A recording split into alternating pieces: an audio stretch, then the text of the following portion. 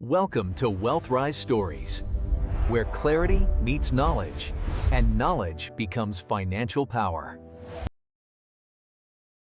Hey, you pause for a moment and try to imagine this. O you who are weary, O you whose spirits sink under the weight of illness. Are you struggling with persistent indigestion that turns every meal into an ordeal? Is your body worn down by rheumatism tormenting you every morning? Or are the endless headaches, chronic insomnia, and nervous exhaustion draining the very life out of you? Do not despair, because the solution is here. A secret passed down through generations, the essence of nature itself meticulously refined to restore your health and vitality. Allow us to proudly introduce Dr. Morse's Indian Root Pills. These miraculous pills, crafted from the rarest herbs, have been proven capable of purifying the blood-boosting liver and kidney function and sweeping away all accumulated toxins. They will cure indigestion, constipation, headaches, dizziness, and even women's special troubles. You will feel a new stream of energy coursing through your veins. Your skin will glow with color. Your eyes will shine bright, and your mind will feel astonishingly clear and uplifted. Just a few pills a day, and you'll see your whole life transform. Dr. Morse's Indian Root Pills, the golden key to a complete and healthy life. Sounds familiar, doesn't it? A beautifully promising advertisement, right? A miracle cure for all ailments, a magical remedy for every human suffering. That is exactly what millions of people in the 19th century heard, read, and wholeheartedly believed. They poured their money into it, and more importantly, they poured in their last hopes into these tiny, heavily promoted pills. But pause for a moment, eyes narrowing slightly, voice dropping into a secret tone. What would happen if I told you that the very cure all our ancestors relied on, the miracle they hoped would save them from sickness, was in reality nothing more than a clever deception, a marketing trick wrapped in the guise of medicine, a cunning scheme exploiting the very desperation and longing for health that people carried? Today our thread pulls you back into the vibrant years of late 19th century America, a time when medical science was still in its infancy, information wasn't easy to access, and the fear of illness lurked everywhere. It was the perfect setting for the birth of a lucrative yet notorious industry, the patent medicine business. And at the center of this vast empire of deception was not a brilliant scientist nor a noble healer, but an ordinary, unsuspecting family, the Comstocks. They didn't invent vaccines, nor did they discover any groundbreaking treatments. Instead, they built a million-dollar empire. Not from gold, not from land, but from human vulnerability, from the desperation of the sick, and from the yearning for health of millions of Americans. And how did they do it?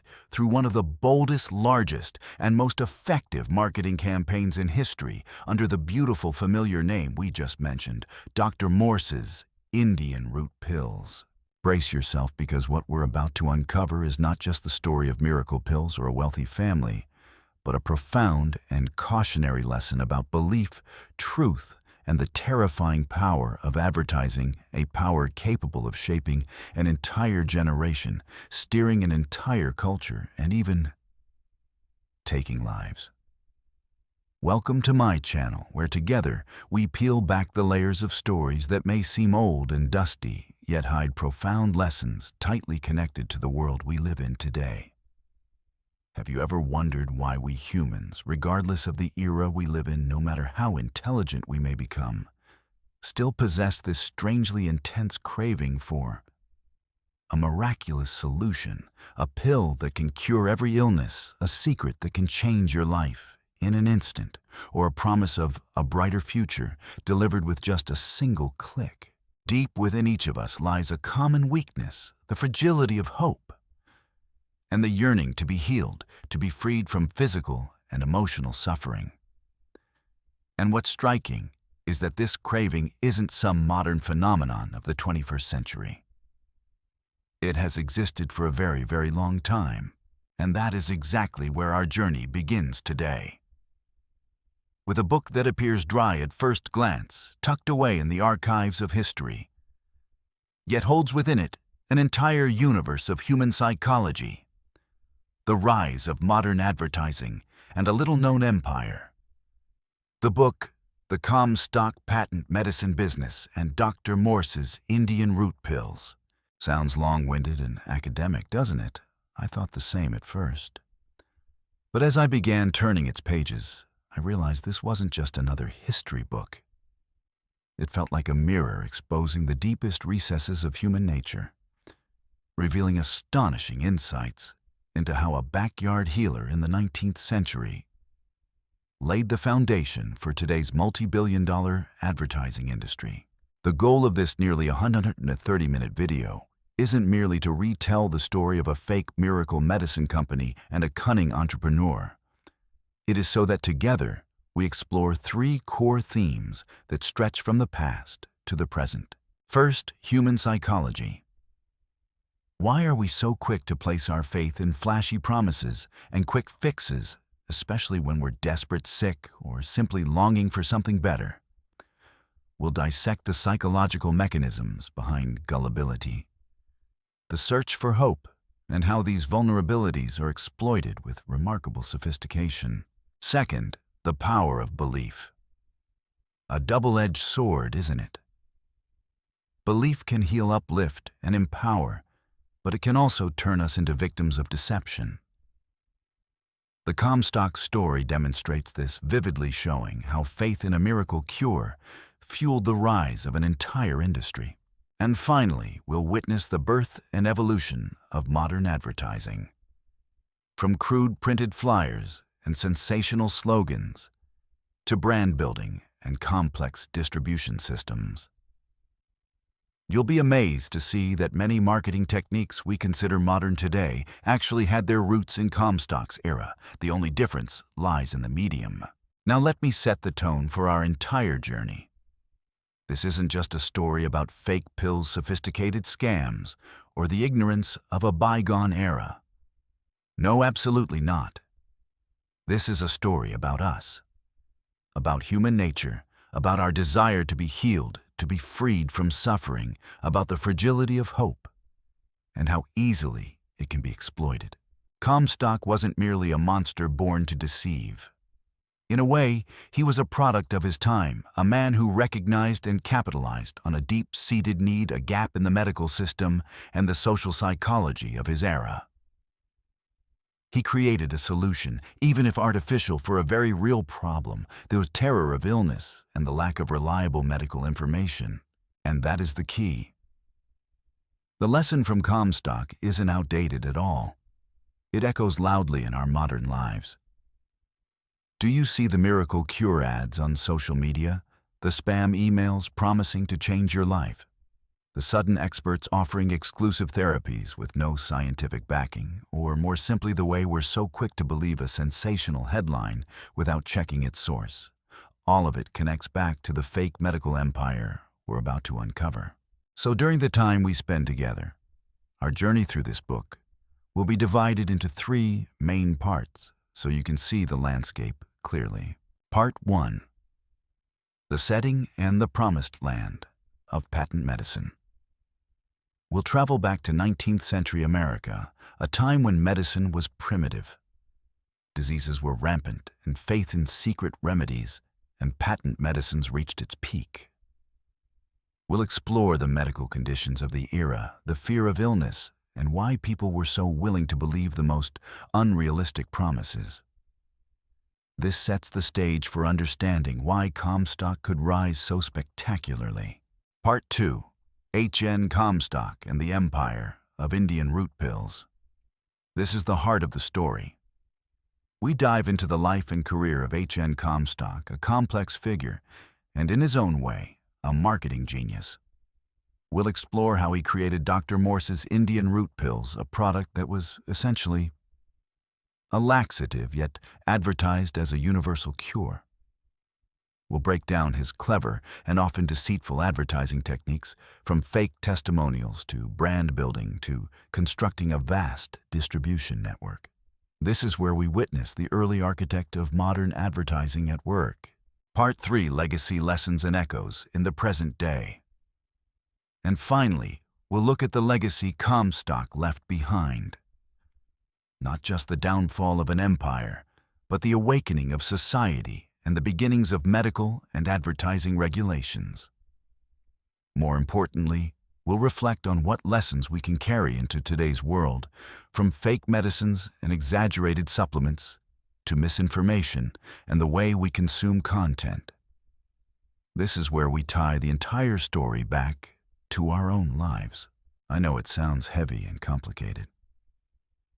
But trust me, this story is far more captivating than you might think. It reads like a detective novel, yet every bit of it is real. It offers profound, sometimes uncomfortable insights into our nature, how we react to fear, hope, and promises.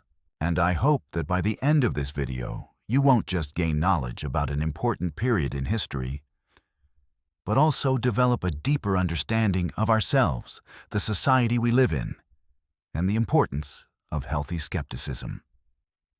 So without keeping you waiting any longer, let's turn the very first pages of this mesmerizing Comstock story together. Hey everyone, welcome back to our channel. I'm WealthRise Stories, and today we're diving into a fascinating corner of American history, a story not just about medicine and business, but about belief, hope, and sometimes even human desperation. Together, we'll dissect the book The Comstock Patent Medicine Business and Dr. Morse's Indian Root Pills, a work that I personally find incredibly captivating, because it reveals so much about how social psychology has evolved over time. Let's turn to Chapter 1, Humble Beginnings. The goal of this chapter is to explore the social landscape of 19th century America and the origins of a family named Comstock, with the people who built an empire out of what we today would call quack medicine. What made this environment so fertile for such a business? Why were people so willing to place their trust in remedies that seemed unbelievable? 1. The underdeveloped state of medicine and the public's hunger for cures. Just imagine it for a moment. You're living in mid-19th century America. No internet, no phones, and even the basic concept of medical hygiene is still vague at best. Medicine at that time honestly felt more like a lottery than an exact science as we understand it today. You're coughing nonstop, running a high fever, or suffering chronic aches. A doctor might prescribe you a strong laxative or worse, bloodletting. Sounds horrifying, right? And in many cases, visiting a doctor could actually make things worse, or at the very least, not help at all. People still had no real understanding of bacteria or viruses. The ancient four humors theory, blood, phlegm, yellow bile, black bile, still heavily influenced how doctors approached illness. Surgery was often performed in filthy conditions with no effective anesthesia, and post-operative death rates were extremely high. Antibiotics still decades away. Strong painkillers, usually just opium, with all its addictive risks. In this bleak setting, people suffered from everything minor issues like headaches or indigestion, all the way to deadly illnesses like tuberculosis, cholera, or typhoid.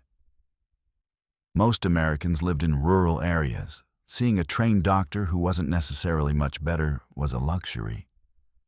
Many lived far from town, and when sickness struck, they had to fend for themselves. And this is the massive gap that patent medicines filled. People had no reliable choices. They craved a solution, a glimmer of hope, anything that could ease their physical and emotional pain. Whether it was a hollow promise, a mythic story about miraculous healing powers, or simply the feeling of doing something to fight illness, people were willing to accept it. Belief in natural herbs, or in ancient secrets from Native American tribes, as the name Indian Root Pills suggests, was widespread, creating fertile psychological ground for these products. This was truly a niche market, not because the needs were special, but because trustworthy medical solutions were painfully scarce. 2. The story of William Comstock, a regular man who became a sharp-minded entrepreneur. So, who saw this fertile ground and turned it into a business opportunity that would be William Comstock. He wasn't a renowned doctor or a brilliant scientist. Comstock was an ordinary man, a natural-born entrepreneur whose sharp eyes recognized opportunity hidden in people's misfortune. William Comstock's story begins humbly. Born in 1801, he grew up in an ordinary Connecticut family. Like many Americans of his time, he didn't receive an elite education. But he had something important, a strong work ethic, resourcefulness, and a knack for recognizing trends. At first, William didn't jump straight into the medicine trade. He worked various jobs, small-scale retail, perhaps clerical work, or anything that paid the bills.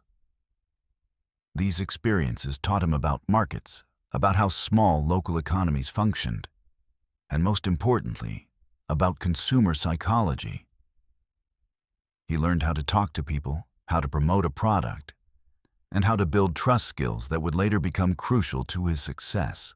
Maybe he saw firsthand the suffering of the sick, the helplessness of traditional treatments, and the burning desire people had for some kind of miracle. Or perhaps he encountered a secret formula and realized its potential not because of its medical benefits, but because of its marketing value. William Comstock was a man with vision. He didn't just see a product, he saw a market and unmet need. He understood that in that era, people weren't simply buying medicine, they were buying hope. And that was exactly what he decided to sell. He didn't need to be a physician. He just needed to be a good salesman, a compelling storyteller. From an ordinary man, he gradually shaped himself into a savvy entrepreneur who knew how to turn people's belief and desperation into profit. And this brings us to the core of William Comstock's business philosophy, one that, in my opinion, is still very much alive in modern marketing today. Though in more sophisticated forms, sell what people want to believe. Think about it. When you're in pain, when modern medicine has no answers, and when everyone around you is suffering too, what do you look for? A promise. A simple, easy-to-understand solution, and most importantly, one that is easy to believe. No complex science, no confusing medical jargon. Just a small pill, a sweet syrup, a convincing story about the power of nature or ancient remedies. Comstock understood that what people really needed wasn't a scientifically proven treatment, but a belief that they would get better. He wasn't selling medicine, he was selling a psychological experience. He sold a story, a hope that things would improve. To do that, Comstock was incredibly skilled with advertising. He exaggerated benefits, freely used testimonials, sometimes fabricated, and crafted a professional aura around his product. The name Dr. Morse's Indian Root Pills is a perfect example. Dr. Morse makes it sound like a trustworthy physician is behind the product, while Indian root evokes mystery, natural power, and ancient knowledge, all highly appealing to the public at the time. No one needed to know who Dr. Morse really was, or whether those Indian roots were effective at all. The name itself was the advertisement. This philosophy was reinforced by the sheer lack of regulations. There was no FDA to fact-check product claims. Anyone could call themselves a doctor and sell anything they wanted. This environment allowed Comstock and others like him to freely release products with questionable medical value, but tremendous belief-selling potential. And can we blame the consumers of that era facing illness with no alternatives? They chose to believe what was promised. It was an entirely human response. Comstock simply took full advantage of it. So in this first chapter, we've laid the groundwork for the Comstock story. We've seen a 19th century America with primitive medicine and a public hungry for miracles. We've met William Comstock, an ordinary yet sharp-witted entrepreneur who spotted golden opportunity in public desperation. And we've understood his early business philosophy, not selling real cures, but selling belief, selling hope. But what exactly was the product that helped him build this empire? What was inside those Dr. Morse's Indian Root Pills? And how did they become so wildly popular? We'll uncover all of that in the next chapter. Don't forget to like, share, and subscribe so you don't miss deeper insights into the strange and fascinating world of Comstock and Quack medicine. See you next time. Welcome to Chapter 2 of our journey into the complex and deceitful world of old-time patent medicine. If in Chapter 1 we laid the groundwork for an era where faith in medicine was shaky and the craving for health miracles burned intensely, then today we're going to dive deep into Comstock's star, Dr. Morse's Indian Root Pills. Let's dissect this flagship product from the identity of the mysterious doctor to its actual ingredients and the branding strategies that turned it into a phenomenon. This is not just a story about medicine. It's also a powerful lesson in marketing and human psychology. You know, every time I hear the name Dr. Morse's Indian Root Pills, I picture a dignified doctor, maybe with a long white beard and wise eyes, standing in a laboratory full of glass vials and ancient books. Someone who seems to have devoted his entire life to studying and uncovering the secrets of nature to bring health to humankind. Just hearing the name already feels trustworthy, doesn't it, Dr. Morse? A man with a degree, a reputation, an Indian root, something original, natural, drawn from the ancient wisdom of Native Americans. Everything sounds perfectly designed to earn your trust. And yet, like a warning from the past, that perfect exterior hides some truly unexpected secrets. And the secret behind Dr. Morse and his pills is even more fascinating than you might think. 1. Exposing the truth about the identity and medical expertise, or lack thereof, of Dr. Morse. So, who is Dr. Morse? As it turns out, this is the very first magic trick, and probably the most important one that Comstock pulled off. In reality, Dr. Morse was not a doctor. Shocking, right? He had no medical degree, no license to practice, and he probably never set foot in a medical school. Dr. Morse was simply a name, a constructed persona, a completely fictional character invented by Comstock and his team to manufacture trust. Just imagine in an era when information was limited and medical regulations were loose, verifying the identity of a doctor was no easy task. People heard the title doctor and instantly assumed this was someone with expertise and education. They had no idea that behind that fancy name was nothing more than a masterful marketing strategy, a facade created solely to sell products. Comstock was very clever in understanding that a credible-sounding name could easily soothe anxiety, spark hope, and turn an ordinary product into a miracle in the eyes of the public. This is a classic example of how titles can trick us into feeling a sense of authority and expertise. It's like creating a gaming avatar with a super cool, intimidating name, when in reality you're just a newbie, except this avatar is out there selling medicine to people. The lack of real medical training behind Dr. Morse isn't just an interesting fact. It's a wake-up call about how we evaluate information and place our trust in so-called experts, especially in matters of health. 2. Breaking down the pill's ingredients, mostly laxatives and common herbs. So what exactly was this medicine that this so-called doctor was selling? Did it contain rare secret ingredients or complex formulas from ancient medical traditions, the way its name suggests? Well, the answer might disappoint you or even make you laugh. The main ingredients of Dr. Morse's Indian Root Pills laxatives. Yes, you heard that right. Primarily substances that stimulate the intestines to cause diarrhea. At the time, there was a very popular and quite harmful belief that all diseases stemmed from toxins building up in the body. and what was considered the best way to eliminate these toxins, cleansing the body through vomiting or going to the bathroom a lot. Because of that, laxatives became a highly sought-after miracle cure, heavily advertised as capable of purifying the body, and thereby curing everything from headaches and fatigue to chronic illnesses. Alongside the laxatives, Dr. Morse's Indian Root Pills also contained a number of fairly common, everyday herbs. These might include licorice, rhubarb, sorrel root, and various other plant extracts. These ingredients can have some mild pharmacological effects, but they are certainly not the sort of miracle substances that could cure all diseases the way Comstock's ads claimed.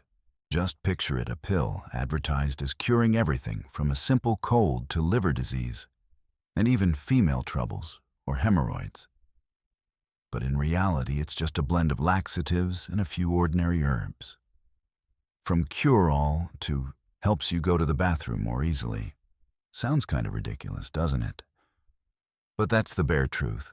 So what's the danger here? It lies in the fact that these simple ingredients, which have no specific curative effect for most of the conditions advertised, were sold with wildly unrealistic promises. Patients who believed in them might skip real medical treatments, and their conditions could actually get worse. 3.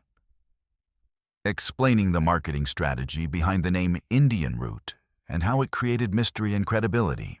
But why Indian Root? This wasn't just some random name. It was an essential part of Comstock's genius and somewhat unethical marketing strategy.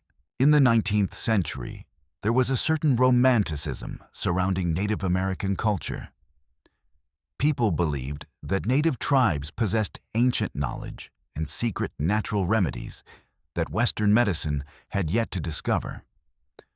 The name Indian Root evoked mystery, antiquity, indigenous wisdom, and a kind of untouched natural power. It promised a connection to wild nature and to secrets passed down over thousands of years, delivering a sense of naturalness and authenticity that even today modern consumers still crave. On top of that, the word root carries its own meaning. Roots are often associated with origin stability and hidden strength drawn from the earth. It suggests something natural, pure, and powerful from nature, standing in contrast to chemical or artificial medicines that people were beginning to fear. Put these two elements together, and Indian Root creates a seductive and credible veneer for pills that were in reality just laxatives.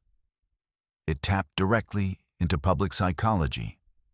People wanted something different, exotic, natural, and effective, without the complexity and coldness of academic medicine. Comstock didn't hesitate to exploit the image of Native Americans, even though he and the fictional Dr. Morse probably knew little to nothing about actual indigenous medical knowledge beyond the fact that it made for a great sales hook. This was masterclass marketing using imagery and cultural stereotypes to build an appealing story, turning a mediocre product into a coveted secret. It shows the incredible power of naming and branding built on emotions and beliefs, rather than scientific truth or real effectiveness. So we've now decoded Dr. Morse's Indian Root Pills. We've exposed Dr. Morse as a fictional character with no medical credentials whatsoever. We've broken down the pill's ingredients, seeing that it was mostly laxatives and common herbs far removed from the cure-all image painted by the ads. And we've unpacked the clever marketing strategy behind the name Indian Root, a borrowed identity crafted to create mystery and trust. This isn't just the story of a single medicine. It's a vivid example of Comstock's boldness in combining the public's lack of information, their blind faith in miracle cures, and a marketing strategy that targeted consumer psychology with brutal effectiveness. But were consumers really willing to accept this truth so easily? Or did they remain enchanted by promises of health despite the murky details? And how did a business built on such a shaky foundation of honesty manage to grow so powerful? We'll dig into all of that in the upcoming chapters, where we'll explore how Comstock built his media empire and the far-reaching impact the patent medicine industry had on American society. Thank you for listening. See you in Chapter 3. Welcome back to the channel. If in the previous 2 chapters we pulled back the curtain on the origins and the secrets behind Dr. Morse's so-called miracle pills, then today, my friends, we're diving into a side of the story that I personally believe is the real magic of Comstock marketing. Comstock didn't just sell medicine, he sold belief, he sold hope, and he sold them using strategies that more than a century later are still effective, and even widely used in today's digital age. Get ready, because we're about to explore a true marketing genius, one far ahead of his time. The first breakthrough, and arguably the most impressive, is how Comstock used testimonials. Sounds ordinary, right? Everyone uses testimonials. But picture this, it's the late 19th to early 20th century. No TV, no internet, and newspapers rule the world. Comstock turned tiny newspaper ads into dramatic real-life stories, so compelling you could hardly ignore them. You'd see sensational headlines like, "I was completely cured after almost dying," or "A miracle came to a woman sick for years." These ads didn't just say this medicine works, buy it. No, they told a story. A story about agony, about a brush with death, and then a miraculous rebirth, all thanks to Dr. Morse's Indian Root Pills. These testimonials weren't just names and addresses, though. Comstock was clever enough to include them for authenticity. What made them powerful was the emotion. They described in vivid detail the terrifying symptoms, relentless pain, physical weakness, hopelessness. Then came the turning point, the moment they took the pills. And finally, the dramatic relief, the joy of regaining health, of returning to a normal life. Think about how a worried mother with a sick child or a man suffering from chronic illness would feel reading these. They see themselves in those stories. They feel hope. The power of empathy and real-life testimony is undeniable. This was word-of-mouth marketing amplified thousands of times through newspapers. Comstock wasn't just selling pills, he was selling a glimmer of light at the end of a dark tunnel, a solution to the suffering millions were experiencing. And he wrapped that light in stories everyone wanted to believe. But if you think Comstock stopped at newspaper ads, oh no, he had another secret weapon, one that I personally believe was an early and extremely effective form of content marketing: the Comstock calendar and almanac. Imagine this. Back then, a calendar wasn't just for dates. It was a valuable household item hung in the most visible places, from the kitchen to the living room. Comstock turned this everyday object into a subtle, long-term advertising channel. Each almanac didn't just list dates, zodiac signs, and weather predictions, things every family needed. No, Comstock cleverly blended in fables, health, and gardening tips, fun puzzles, even simple recipes. You'd find household tricks, entertaining stories, content everyone enjoyed. But the important part, sprinkled throughout these seemingly harmless pages, were discreet, skillful ads for Dr. Morse's Indian Root Pills. Not only testimonials, but short scientific explanations of how the pills worked, lists of diseases they could supposedly cure, even stories about famous doctors who trusted the product. This was value-driven content long before the concept existed. Comstock understood that for his product to stay memorable, it needed to be tied to something useful and long-lasting. A calendar stays in a home for an entire year, and every time someone looks at it, they subconsciously see the Dr. Morse brand. This was branding. This was customer retention. And many modern companies still struggle to do it, even with billions of digital tools. Comstock wasn't just selling medicine. He was building a relationship, establishing constant presence in the minds and homes of his customers. Incredible, right? Now let's zoom in on these tactics and see how they go on air in our era. What amazes me most is how shockingly similar they are. Take those emotional testimonials Comstock used. Doesn't that sound exactly like influencer marketing today? Absolutely. Comstock created a network of micro-influencers long before the term existed. The healed patients were influencers in their communities. They shared their stories, and the people around them trusted them just like we trust reviews or unboxings from KOLs and KOCs on YouTube or TikTok. The only difference is that back then, Comstock needed newspapers to amplify these voices. Today, with the internet, one influencer post can go global instantly. But the essence remains the same: humans trust other humans, especially emotional stories that feel authentic even if Comstock simply wrote them. People want to see real faces, real experiences, not empty corporate slogans. Comstock understood that perfectly. And what about personal branding? Even though Dr. Morse was largely a fabricated persona, that name and image, a wise doctor with deep herbal knowledge, became an incredibly strong personal brand. Comstock, behind the scenes, built a mascot for his product, someone customers could trust. Doesn't that remind you of CEOs and founders today, sharing their startup journeys and visions, or health and beauty experts building personal brands to earn trust and promote their products? They share knowledge, experiences, and subtly promote their offerings at the same time. Comstock did all of that without ever showing up himself. He let Dr. Morse do the work, and it was wildly effective. And the Comstock Almanac, that was the ancestor of today's content marketing blogs, podcasts, how-to videos, free ebooks. Businesses now deliver value first to build relationships, earn trust, and then convert customers. Comstock printed millions of almanacs every year, distributed them for free, and created a direct channel of continuous, valuable engagement with potential customers. It was long-term sustainable and relationship-driven, not just a one-time transaction. So, what's the lesson here?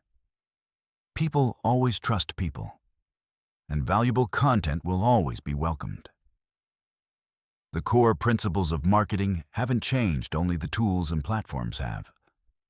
Comstock saw all of this long before anyone else. So we've peeled back the colorful layers of Comstock's marketing mastery. He wasn't just a good businessman. He was a psychological marketing genius. Comstock deeply understood human fears, hopes, and desires, and he knew exactly how to tap into them through storytelling value and subtle persuasion.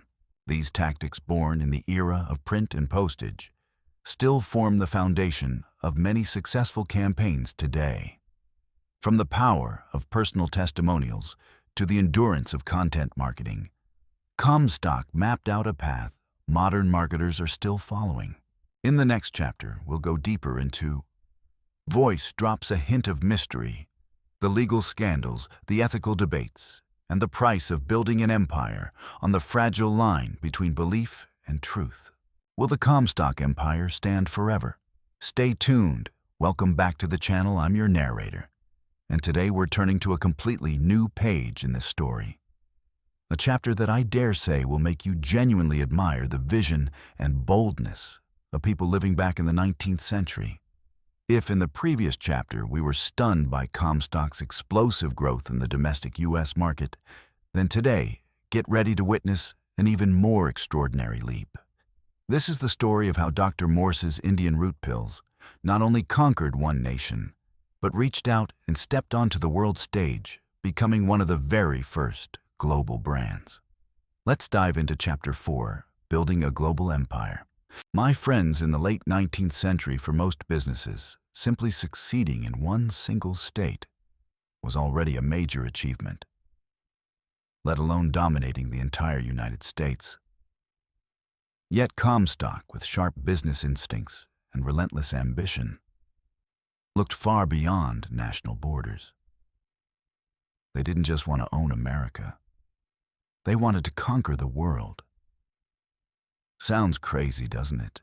Especially when you think about the technological and infrastructure limitations of that era.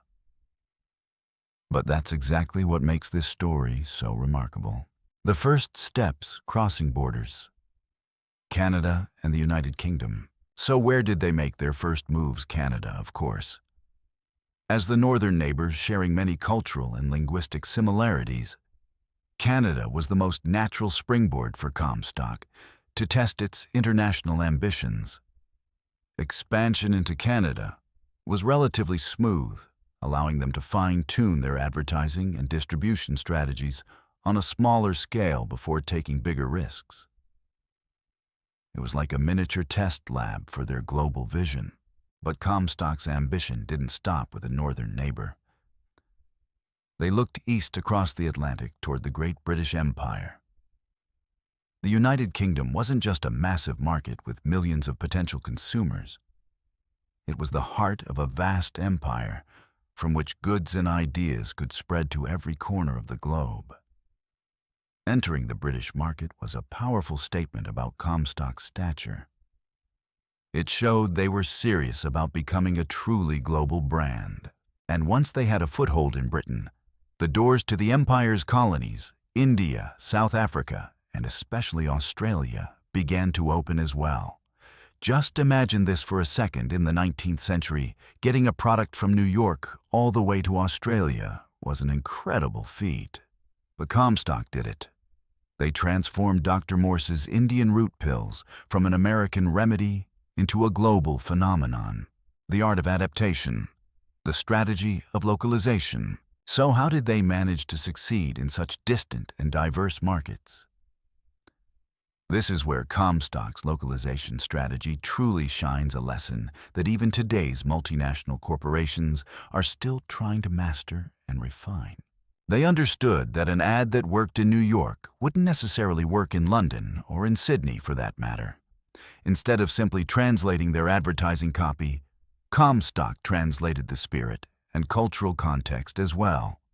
A Native American elder in a feathered headdress might be a striking image in America, but in London they needed something more refined, more aligned with European culture. Advertising. In the UK, they might emphasize the medicinal aspects of the product using more formal language and imagery, occasionally weaving in testimonials from local notable figures, even if they were only well known in a small community. In colonial markets, they might focus on basic, easily understood benefits that fit the daily lives of local people. They knew how to play with consumer psychology using catchy slogans, jingles, and even short comic strips in newspapers to grab attention. Product packaging. Packaging was also adapted. Product names and instructions were printed in the local language, and fonts and colors could be adjusted to match local tastes. Even switching from American units of measure to the British imperial system was a small but crucial detail, reflecting professionalism and respect for the market. This attention to detail showed a vision far ahead of its time. They weren't just selling a product. They were selling fit, a sense that the product belonged there. Enormous challenges. 19th century logistics and distribution. But as you can see, talking about it is easy doing. It was hard. Try to imagine the logistical and distribution challenges Comstock faced at the end of the 19th century.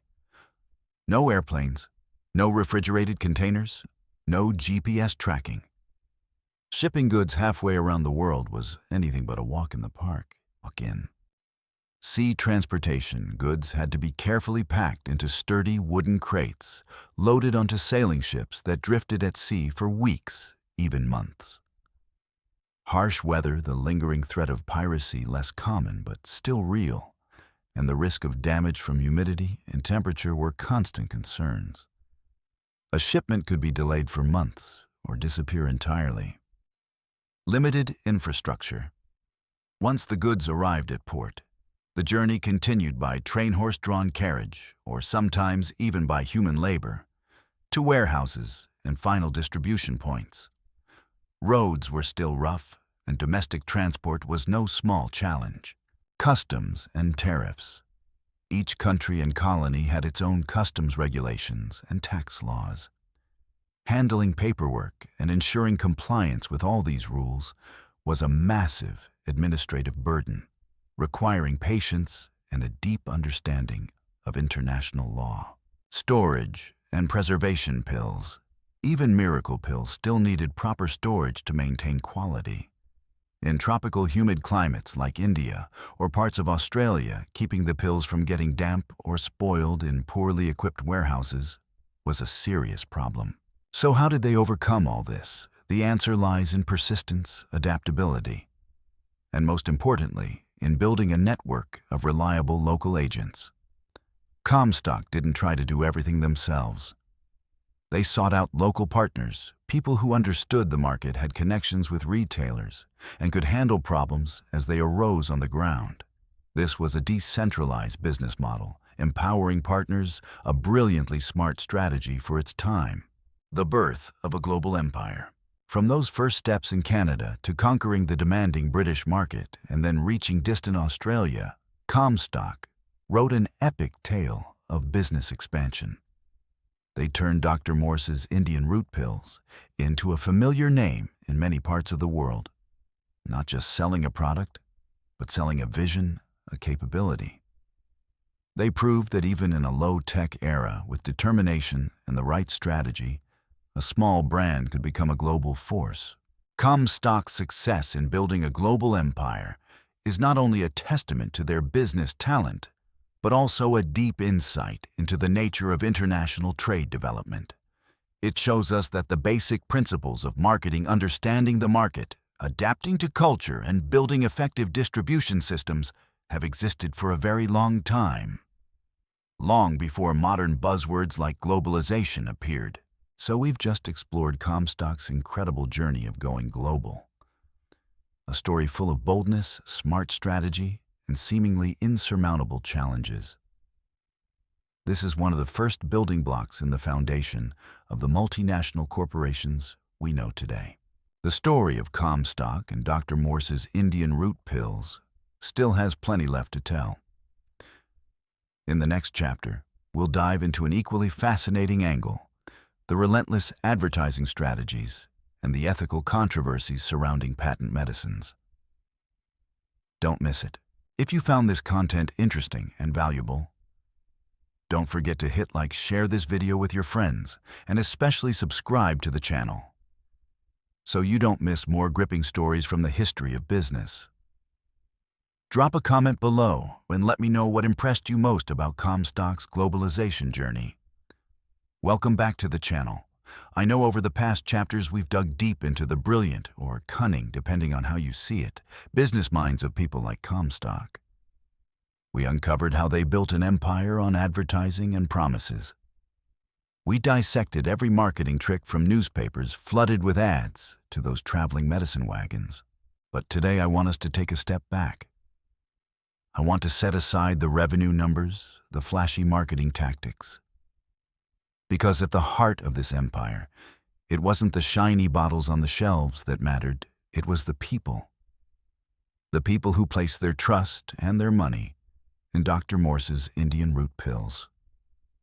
And this is where we have to confront a difficult truth. Not every story has a happy ending. Chapter 5. The Silent Victims and the Price of Belief. Let's imagine it together. It's the late 19th and early 20th century. Modern medicine is still primitive, expensive, and often painful. Illness is everywhere, from common colds to deadly diseases like tuberculosis, rheumatism, and even cancer. The suffering is real. The desperation is real. In that world, healers like Dr. Morse appeared like a ray of hope. They didn't need degrees, licenses, or credentials. They had beautiful advertisements, heavenly testimonies, and a product that promised to cure everything. You might wonder, why did people believe, why reject conventional medicine? I've read so many old letters, documents, and recorded stories, and I realize the answer isn't simple at all. Imagine the story of Mrs. Clara, a Midwestern farm woman, tormented by chronic rheumatism. Every morning she woke up in pain joints, swollen and stiff. Her local doctor prescribed some painkillers, but they only eased the symptoms slightly and sometimes caused stomach issues. Doctor visits and medicine costs were no small burden for her family. Then one day, her husband brought home an old newspaper. Inside it was a big ad for Dr. Morse's Indian Root Pills. The ad painted a miracle, complete recovery, renewed strength, no more pain, no more worry. There were testimonies from people claiming to have been cured of the same condition. Desperate Mrs. Clara begged her husband to buy a bottle. Well, it can't make things worse, she thought. Or consider the Miller family in a small town, their daughter suffering from tuberculosis. The girl coughed, blood grew thinner by the day. Doctors shook their heads or suggested costly treatments with uncertain success. Meanwhile, Dr. Morse promised that his pills could purify the blood, eliminate disease, and restore vitality. For a mother standing at the edge of her child's life and death, even the faintest glimmer of hope becomes a blazing torch in the dark. They believed. They chose to believe. They believed not only because of the ads, but because they were disappointed with what conventional medicine could offer. They believed because it was cheaper, at least at first, easier to access, and most importantly, because it offered something no one else could hope. But sometimes the price of hope is far too high. When these bottles of Dr. Morse's Indian Root Pills were used over and over again, the consequences began to show. Remember what we discussed in Chapter 3. The pills were mostly strong laxatives with small amounts of opium or alcohol. For Mrs. Clara, the pills seemed to work at first. Her pain eased maybe because of the small narcotic effect, maybe because belief itself can soothe the soul. But it was temporary. Her rheumatism wasn't cured, and over time things could even worsen. Chronic laxative use weakened her body, caused severe digestive problems. She didn't just fail to recover, she became dependent on the pills just to feel a little relief. And the Miller girl. The pills could not purify a deadly tuberculosis infection. On the contrary, delaying real medical treatment allowed the disease to advance, losing the golden window where survival might have been possible. Each day spent with those useless pills was another day the illness dug deeper into her frail body. And it wasn't just physical harm. We have to talk about the financial devastation, a slow, painful wound in so many families. At first, one bottle wasn't much, just a few cents, maybe $1. But think about it, a chronic illness, an unquenchable hope. People didn't buy just one bottle. They bought bottle after bottle, month after month, year after year. They drained every last coin, sold precious belongings, even fell into debt, all to sustain a treatment that was doomed from the start. I've read accounts of families pawning their farms, of women working extra hours just to afford more pills for their husbands or children. Poverty and sickness formed a vicious, merciless cycle. They didn't just lose health, they lost property, lost their future. The working poor, those most vulnerable, were the easiest prey. Every penny they spent was earned through sweat and pain, and the price they paid wasn't just money, but the collapse of a family, the unraveling of a life. This brings us to a difficult question, an ethical line we must consider. Where is the boundary between selling and scamming in business? Did Comstock and people like him truly believe in what they sold? Or did they simply see profit in the suffering and desperation of others? As your storyteller sometimes, I feel guilty telling these stories because they touch on something deeply sensitive, the fragile human heart. Was Comstock merely a brilliant entrepreneur, filling a market need with a false solution? Or was he a cold-blooded opportunist, willing to climb atop shattered lives to enrich himself? I don't think we can deliver a simple verdict. Maybe Comstock believed he was doing good, at least offering hope. But exaggerated ads, unproven cure-all claims, and the absence of real scientific basis, these crossed the boundary of truth. When a product is not only useless, but harmful, when it causes people to abandon real treatment, when it destroys the finances of thousands of families, the line between business and fraud becomes terrifyingly thin. And this isn't just a story of the past. Even with modern laws and regulations, today's versions of Dr. Morse are everywhere.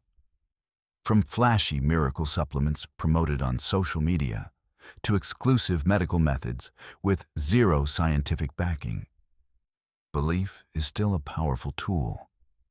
Desperation is still fertile ground for exploitation. The silent victims of Dr. Morse's Indian Root Pills never had a voice. They exist now only as faded statistics or sorrowful stories whispered across generations. But through this book, and through our telling of it today, I hope we've seen their faces, felt their pain, and understood the terrible cost they paid for misplaced hope. The price of belief isn't just money, it's health, it's time, it's hope, and sometimes it's life itself. It's a harsh lesson, a reminder that skepticism and critical thinking are never unnecessary, especially when facing promises that sound too sweet to be true. In the next chapter, we'll explore what happened when these pills finally came under scrutiny, when the light of science and transparency began to expose the hidden corners of the patent medicine industry. Don't miss it.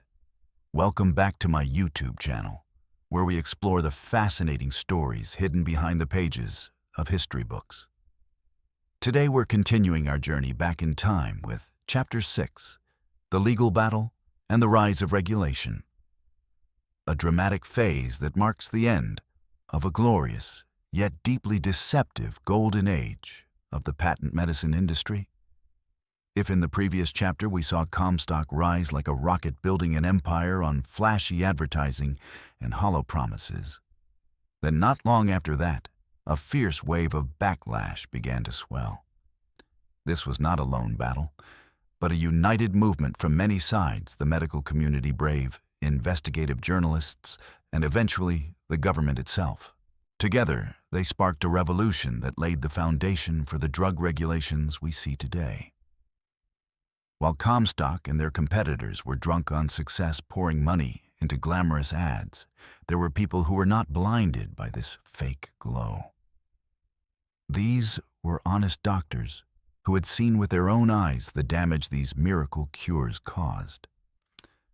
They watched their patients not only lose money, but also miss the chance for timely treatment, allowing their illnesses to grow worse. At that time, a doctor could speak the truth, but their voice was easily drowned out in a sea of advertisements and the public's blind trust. I still remember a quote I read in a medical document from that era, written by a desperate doctor warning his colleagues, "We have witnessed far too many needless deaths, far too much prolonged suffering, simply because sugary words in the newspapers deceived patients into believing in worthless colored liquids instead of seeking real science." Pretty bitter, isn't it? Then another force emerged, stronger, sharper investigative journalists, also known as muckrakers. People unafraid to dig into dark corners and drag the truth into the light. They did extraordinary work, publishing undeniable evidence about what was actually inside these patent medicines, bringing that information directly to millions of readers. You've probably heard of legendary writers like Samuel Hopkins Adams, who wrote the series The Great American Fraud in Collier's Weekly. He didn't just write from behind a desk. He went out, investigated, analyzed samples of medicine, and presented findings that stunned the public. Imagine this: you've just read a massive ad claiming that Dr. Morse's Indian Root Pills can cure all diseases, and then you flip the page and see Adams writing something along the lines of, behind the label of miraculous family remedy that cures all diseases, are bottles of alcohol mixed with sugar and morphine sold at extortionate prices to desperate people, deceiving them with empty hope. Shocking, right? These articles weren't just information, they were punches straight to the public's gut, waking people up. They exposed the truth that many of these medicines were not only useless, but also contained addictive substances like opium cocaine, or were simply diluted alcohol, all of which could harm users' health. The medical community, which had been protesting for a long time, now gained powerful allies in the press, and the pressure on the government kept growing. Pressure from the public, from scientists, and especially from the press, eventually became strong enough to move lawmakers. After years of debate and lobbying, a historic milestone was reached. In 1906, the United States passed one of the most important public health laws in its history, the Pure Food and Drug Act of 1906. It sounds obvious to us today, doesn't it? But at the time, it was a true revolution. The foundation of this law was clear truth, transparency, and accountability. Simply put, this law laid down three basic principles that completely changed the way the food and drug industries operated. 1. No false or misleading advertising. In other words, you couldn't advertise a product as a cure-all if it couldn't actually do that. Empty promises, fabricated tales about native doctors, or secret ancestral formulas were now squarely in the crosshairs of the law. 2. Manufacturers had to clearly disclose ingredients. This was a death blow to many patent medicine companies whose business model relied on secrecy. Now they had to list all ingredients, especially addictive substances like alcohol, morphine, opium, cocaine, heroin, and cannabis on the label. This helped consumers know exactly what they were taking and what side effects they might face. 3. The government had the authority to inspect and seize products that were adulterated, fake, or mislabeled. This marked the birth of formal food and drug oversight, which would eventually evolve into the U.S. Food and Drug Administration, FDA, as we know it today. For Comstock, this law was like a nightmare come to life.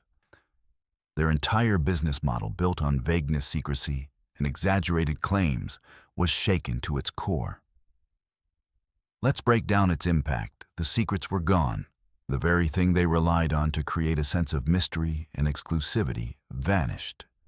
Once forced to disclose their ingredients, people were shocked to discover that many miracles were nothing special at all, and sometimes outright dangerous.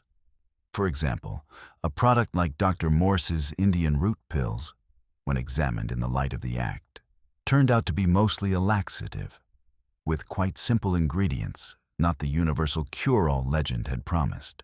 Empty promises were outlawed. Comstock had been brilliant at painting glowing pictures of health and happiness. But now claims like cures cancer or restores youth became legal targets.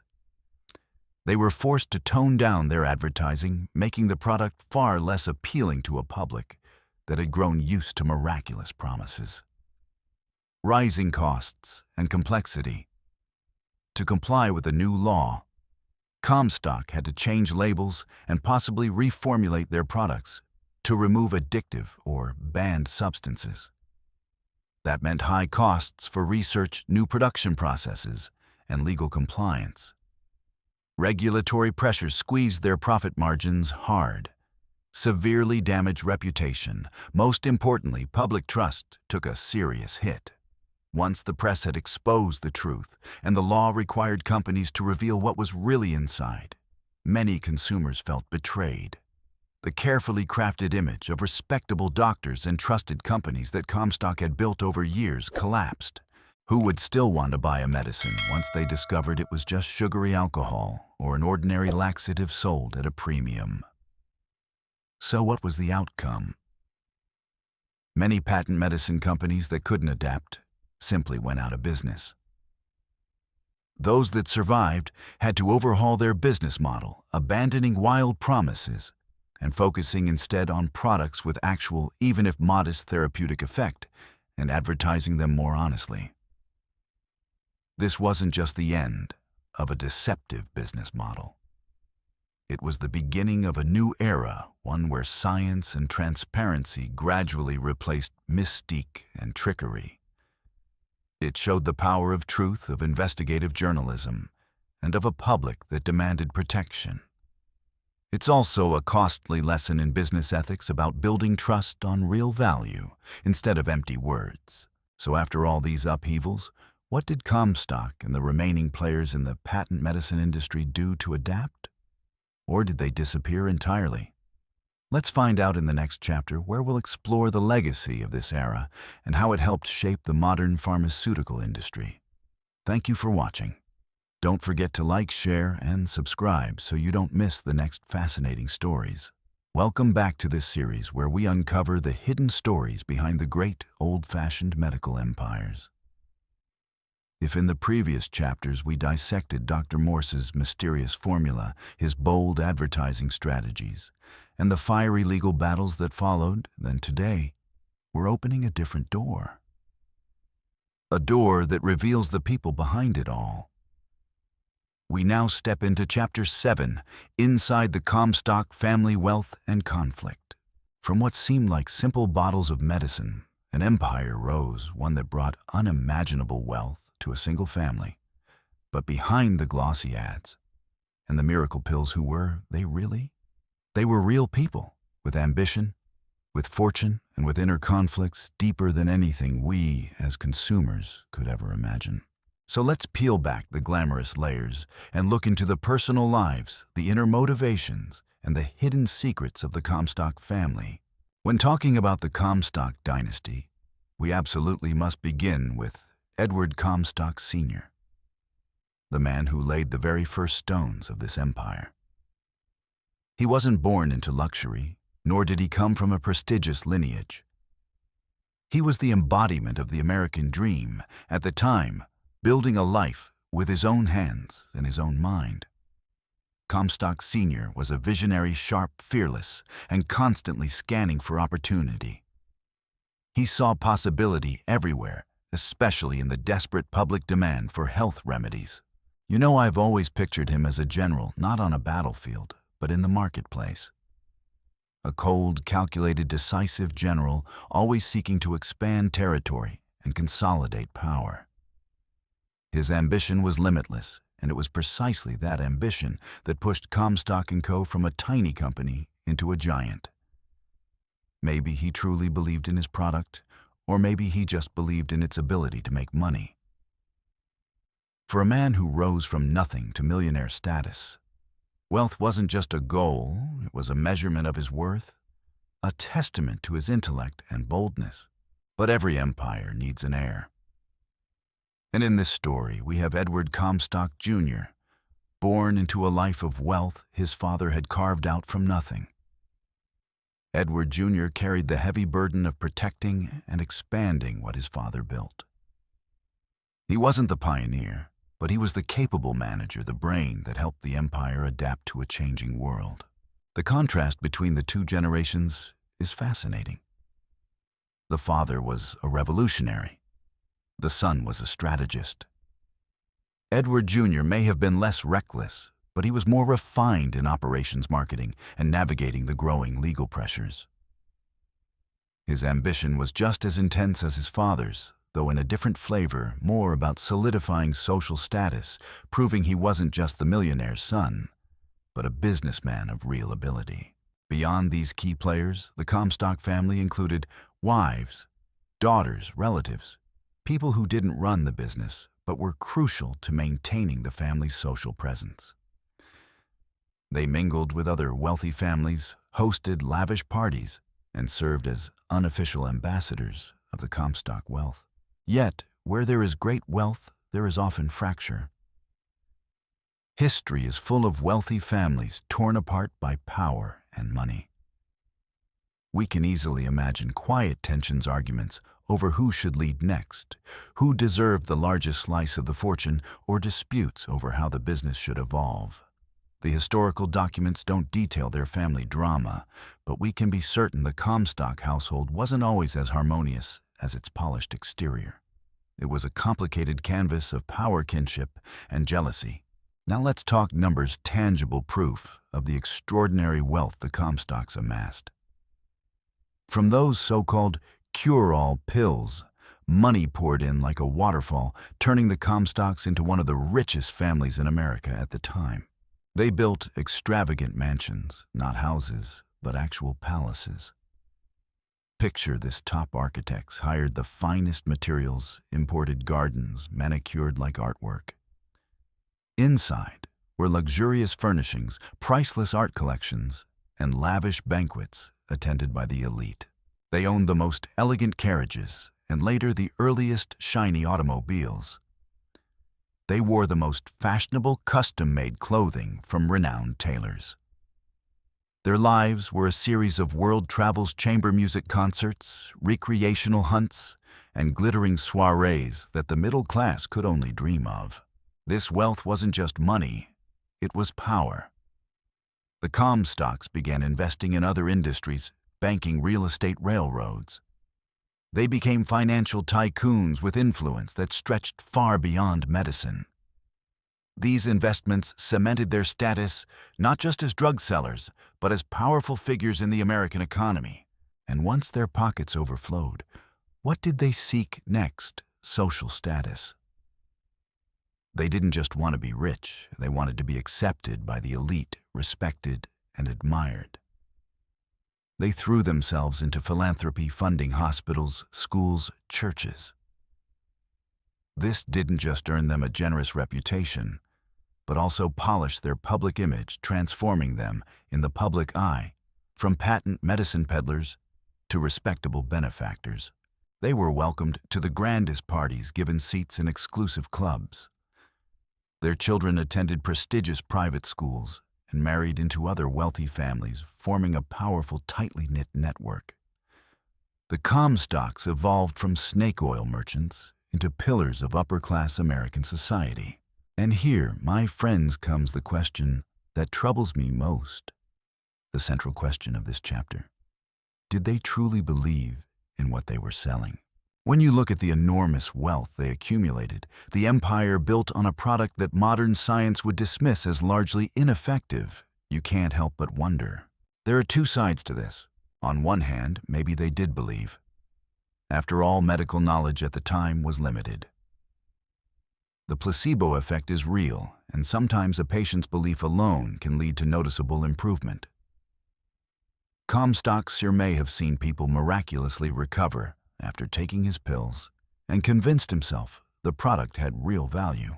That belief, combined with the financial success, may have strengthened the illusion that he was truly helping millions. But on the other hand, deep down, did they know the truth?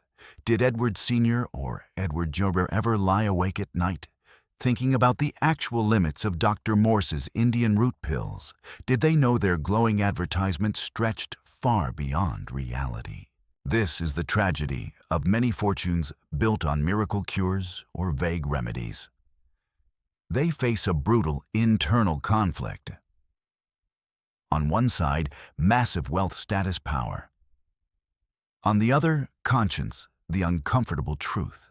Did they live with a quiet fear of exposure, of being labeled frauds? Or did they build psychological defenses, convincing themselves, if it helps people feel better, then what harm is there? Or perhaps they simply saw it all as a market game, a battle for influence and profit where morality was optional. This is a profound reflection on human nature and business ethics. Can an empire built on promises ever bring true peace to those at the top? Or does such wealth always carry an invisible price, a burden only they could feel? Maybe the answer lies buried in the walls of their mansions, in sleepless nights, or in quiet family arguments about the morality of their empire. The Comstock family is a complex tapestry of ambition, success, power, and possibly guilt. They achieved everything ordinary people dream of: money, fame, social status. But at what cost? An empire built on promises of healing? But what did it cost their conscience? History may never give us a definitive answer, but it offers remarkable insight into the motives behind one of the most successful patent medicine dynasties in history. It's not just a story about money, it's a story about human nature, moral complexity, and the weight of ambition. In the next chapter, we'll dive deeper into Comstock and Co's masterful advertising strategies, the psychological tricks they used to manipulate public perception and create artificial demand for their products. It's going to be another gripping chapter, so stay tuned. Thank you for listening. Don't forget to like, share, and subscribe to my channel so you won't miss any of the fascinating stories still to come. See you in the next chapter. Welcome back to this series where we explore the stories hidden behind the so-called traditional medical empires. If in the previous chapters we dissected Dr. Morse's mysterious formulas, the bold advertising strategies, and even the fiery legal controversies, then today we're opening a different door. A door that reveals the people behind it all. We're stepping into Chapter 8, the legacy of quack medicine in the 21st century. The goal of this chapter is to draw a direct line from Comstock's story to today's health supplement and wellness industry, a trillion-dollar machine that's exploding all around us. Do you ever find yourself scrolling social media and stumbling on ads for full-body detox, rapid body cleanse, energy healing, or supplements that boost immunity with vague, dreamy promises? Those glossy images of flawless skin, slim bodies, and endless energy after using Product X or following Protocol Y sound familiar. That's really not so different from what Comstock and Dr. Morse were doing more than a century ago. Let's go back and look at Dr. Morse's marketing tactics. He sold a pill that supposedly cured everything from digestive issues to tuberculosis simply by purifying the blood. It sounded scientific, but it was really just an oversimplified explanation for a very complex problem. He tapped directly into people's fears about illness and their hunger for a quick, all-in-one solution. He advertised aggressively, used personal testimonials, and built an enticing story around the natural, ancient origins of his product. Now look at the modern detox industry. These products often promise to remove toxins from your body, help you feel lighter, boost your energy, improve your skin, even heal chronic illness. Green juices, vegetable cleanses, herbal pills, intermittent fasting programs, all wrapped in the label of detox. But if you ask any doctor or scientist what specific toxins these products remove, or what the exact scientific mechanism is, the answer is usually silence or vague, hand-wavy explanations with no solid basis. Our bodies already have an incredibly efficient built-in detox system, the liver and kidneys. They work non-stop 24/7. The idea that you need some special juice or pill to help them do their job is rarely supported by science. But these products are still sold everywhere because they hit a very human desire, a reset button for the body, a way to erase bad habits and start over. They give us a sense of control and hope, just like Dr. Morse's Indian Root Pills once did for desperate patients back in the day. This brings us to another hot spot of the 21st century, the role of health influencers and the use of testimonials with no scientific backing. Back then, Comstock relied on handwritten letters from people who claimed to have been cured by Dr. Morse's Indian Root Pills. These letters were printed in ads and circulated widely. They were personal, emotional stories that built trust with readers. Today, we have an upgraded version of that, amplified by millions. Health influencers with hundreds of thousands, even millions of followers on Instagram, TikTok, YouTube, have become the new storytellers. They're not doctors, scientists, or licensed nutritionists. They're people who look healthy, attractive, and live a seemingly clean, balanced lifestyle. They share their personal journeys. I used to be tired. My skin was awful. I had no energy until I started using this product X. Alongside, there are dramatic before and after photos and emotional videos about their healing journey. These testimonials, even without a shred of scientific evidence, can be far more persuasive than dry research papers in medical journals. Why? Because we humans are wired to believe stories. We connect with emotions and personal experiences. Someone who looks like us talks about the exact struggles we're facing and offers a solution that seems to work. That person will win our trust much faster than a technical paper full of unfamiliar jargon. I remember once watching a video from a famous influencer who was promoting a special herbal protocol for parasite cleansing. She showed disturbing images of what she claimed were parasites being expelled from her body after the treatment. I was shocked. But when I dug into it, I found out those images were often just fiber mucus, or things the body naturally produces, or even substances intentionally added to create fear. There wasn't a single solid scientific study proving that the protocol was effective or safe. And yet, that video had millions of views and countless comments expressing trust and eagerness to buy the product. And here's the worrying part.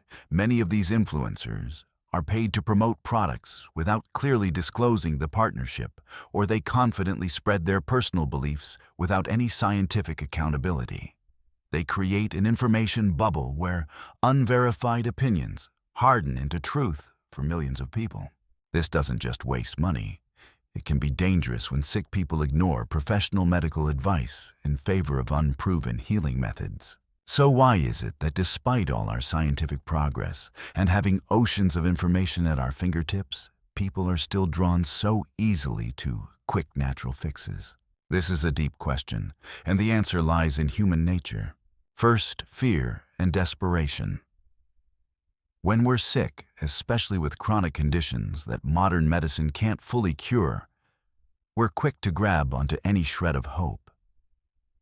A promise of a natural, holistic, side effect-free solution can sound far more appealing than taking long-term prescription meds or accepting a grim diagnosis. Comstock exploited this fear, and modern marketers do too.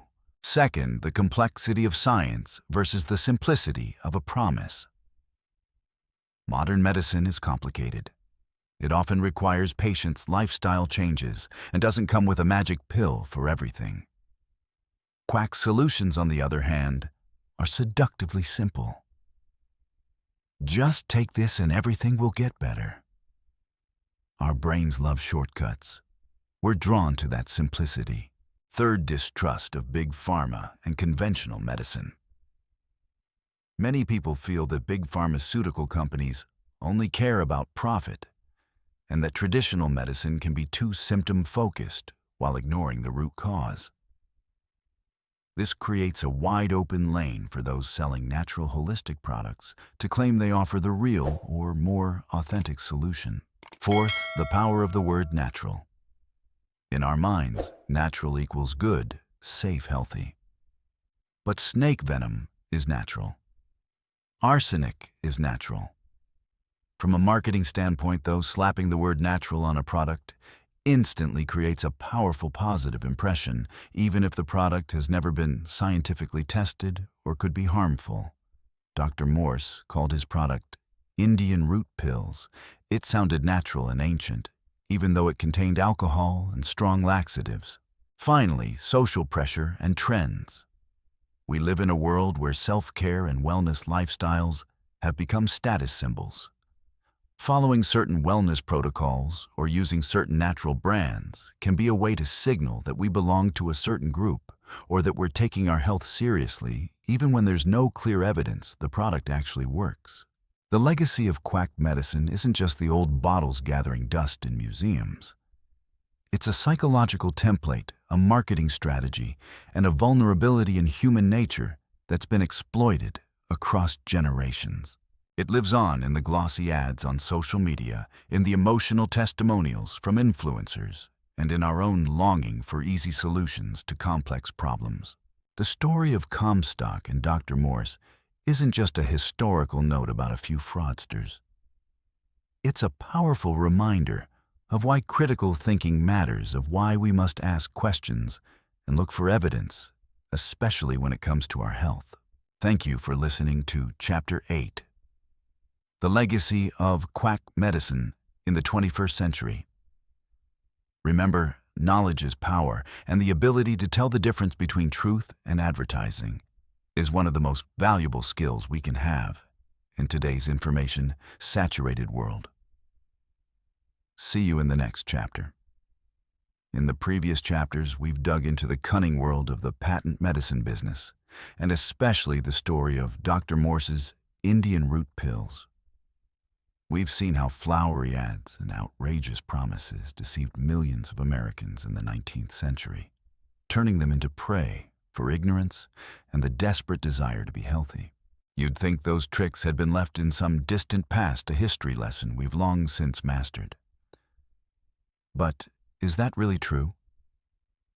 Look around us today on social media, in online ads, even in everyday conversations. Do you see the shadow of Dr. Morse lurking anywhere? I see it very clearly. And that's why today, in this chapter 9, I don't just want us to look back, I want us to arm ourselves with the weapons we need to fight health misinformation in the 21st century. Let's call this a lesson in consumer alertness. Our goal is simple: to turn each of us into a savvy consumer detective, able to protect ourselves inside the maze of health information. 1. Spotting the red flags in health product ads. Lessons from Dr. Morse and modern tricks. Did you know that the miracle medicine ads for Dr. Morse back then share a ton of similarities with what you see on social media today? Sure, there was no Instagram or TikTok in those days, but the red flags, the warning signs, are exactly the same. So what are the red flags you should pay close attention to? Promises to cure everything or treat all conditions. This is the most classic and obvious red flag. Remember Dr. Morse's Indian Root Pills? They were advertised as curing everything from constipation and indigestion to malaria, rheumatism, and all sorts of other diseases. Today you'll see similar ads for supplements or secret methods that claim to cure cancer, diabetes, high blood pressure, or even COVID-19 all at once. The truth is, modern medicine, with all its research, is still struggling to treat each specific disease one by one. There is no single pill, herb, or method that can cure all illnesses. That's just reality. Using buzzwords like secret formula, ancient, secret breakthrough, miracle, or magical. These words sound exciting and mystical, but they're usually used to paper over the lack of real scientific evidence. If a product truly were a scientific breakthrough, it would be published in reputable medical journals, reviewed by experts, not sold through shady online ads. Secret formula often really means we don't want to tell you what's in it, because there's nothing special there, or worse, it might be harmful. Claims like 100% natural and no side effects. This is one of the most misleading lines out there. Plenty of natural substances are extremely toxic. Think poisonous mushrooms, arsenic. And no side effects is almost impossible in medicine. Everything we put into our bodies has the potential to cause a reaction, even a small one. Even plain water in excess can be dangerous. If a product claims to be completely safe and without side effects, that's a big red light. Relying only on testimonials instead of scientific evidence. Ms. A used this product and cured her diabetes in 1 week. You've seen that kind of ad, right? Personal testimonials, whether true or fake, cannot replace large controlled clinical studies. Every body is different, and one success story doesn't mean the product is effective or safe for everyone. Dr. Morse also used loads of testimonials to build a false sense of trust. Attacking mainstream medicine or medical professionals when an ad tries to convince you that doctors are hiding the truth from you, or the pharmaceutical industry wants you sick to make money, that's a massive red flag. Sure, the healthcare system isn't perfect, but mainstream medicine is built on hundreds of years of research testing and peer review.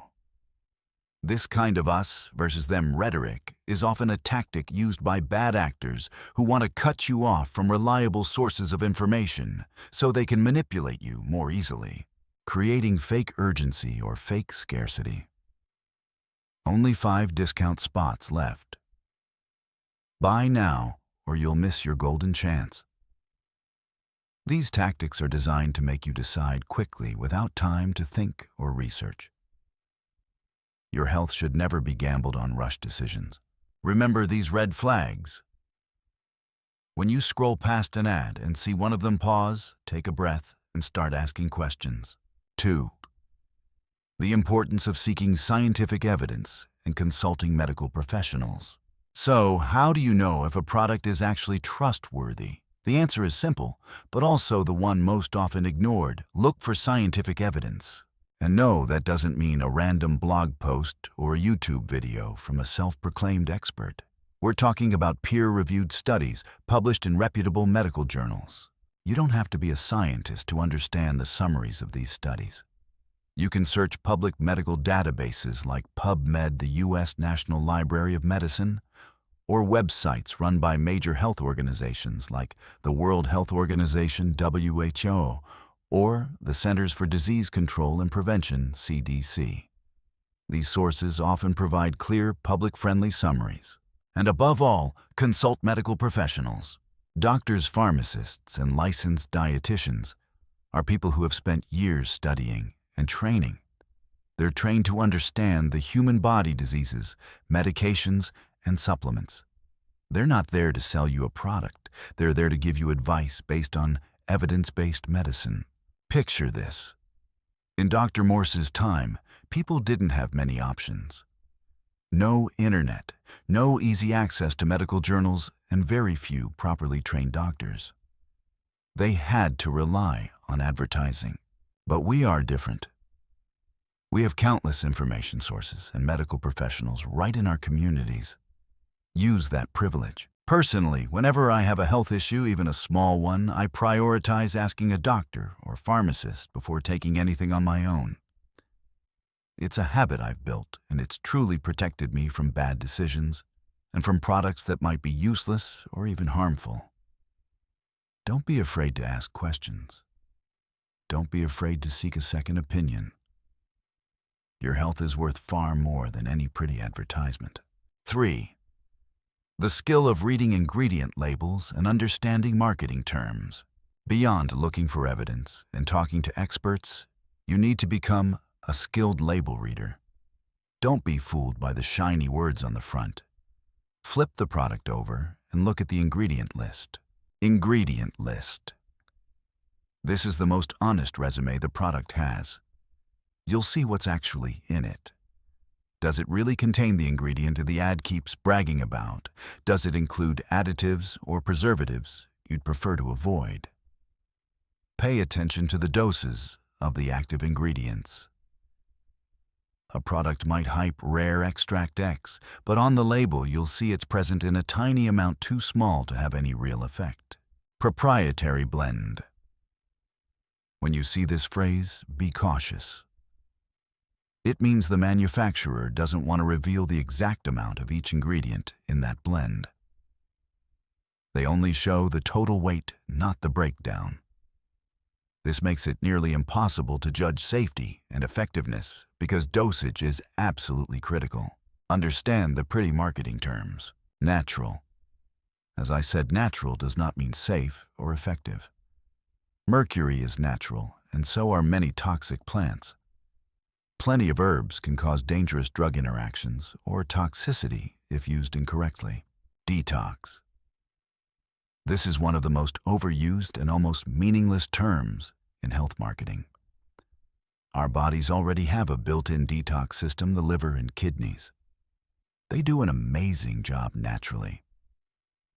No tea pill or diet can detox you better than your own organs. Boosts immunity. The immune system is incredibly complex, and trying to boost it artificially can be ineffective or even dangerous.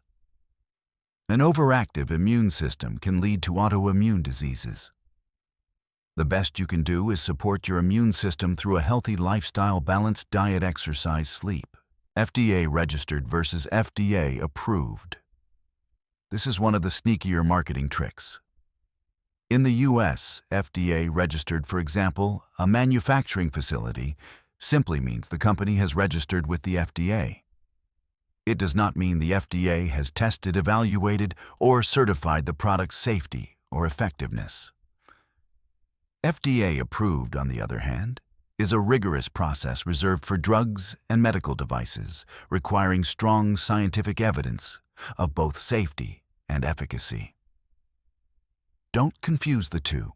So my friends, from Dr. Morse's miracle pills to today's shady online health ads, the core of the deception hasn't changed.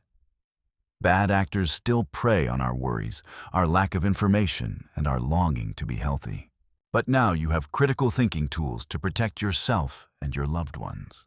Remember, be skeptical of promises that sound too good to be true. Look for scientific evidence. Talk to professionals.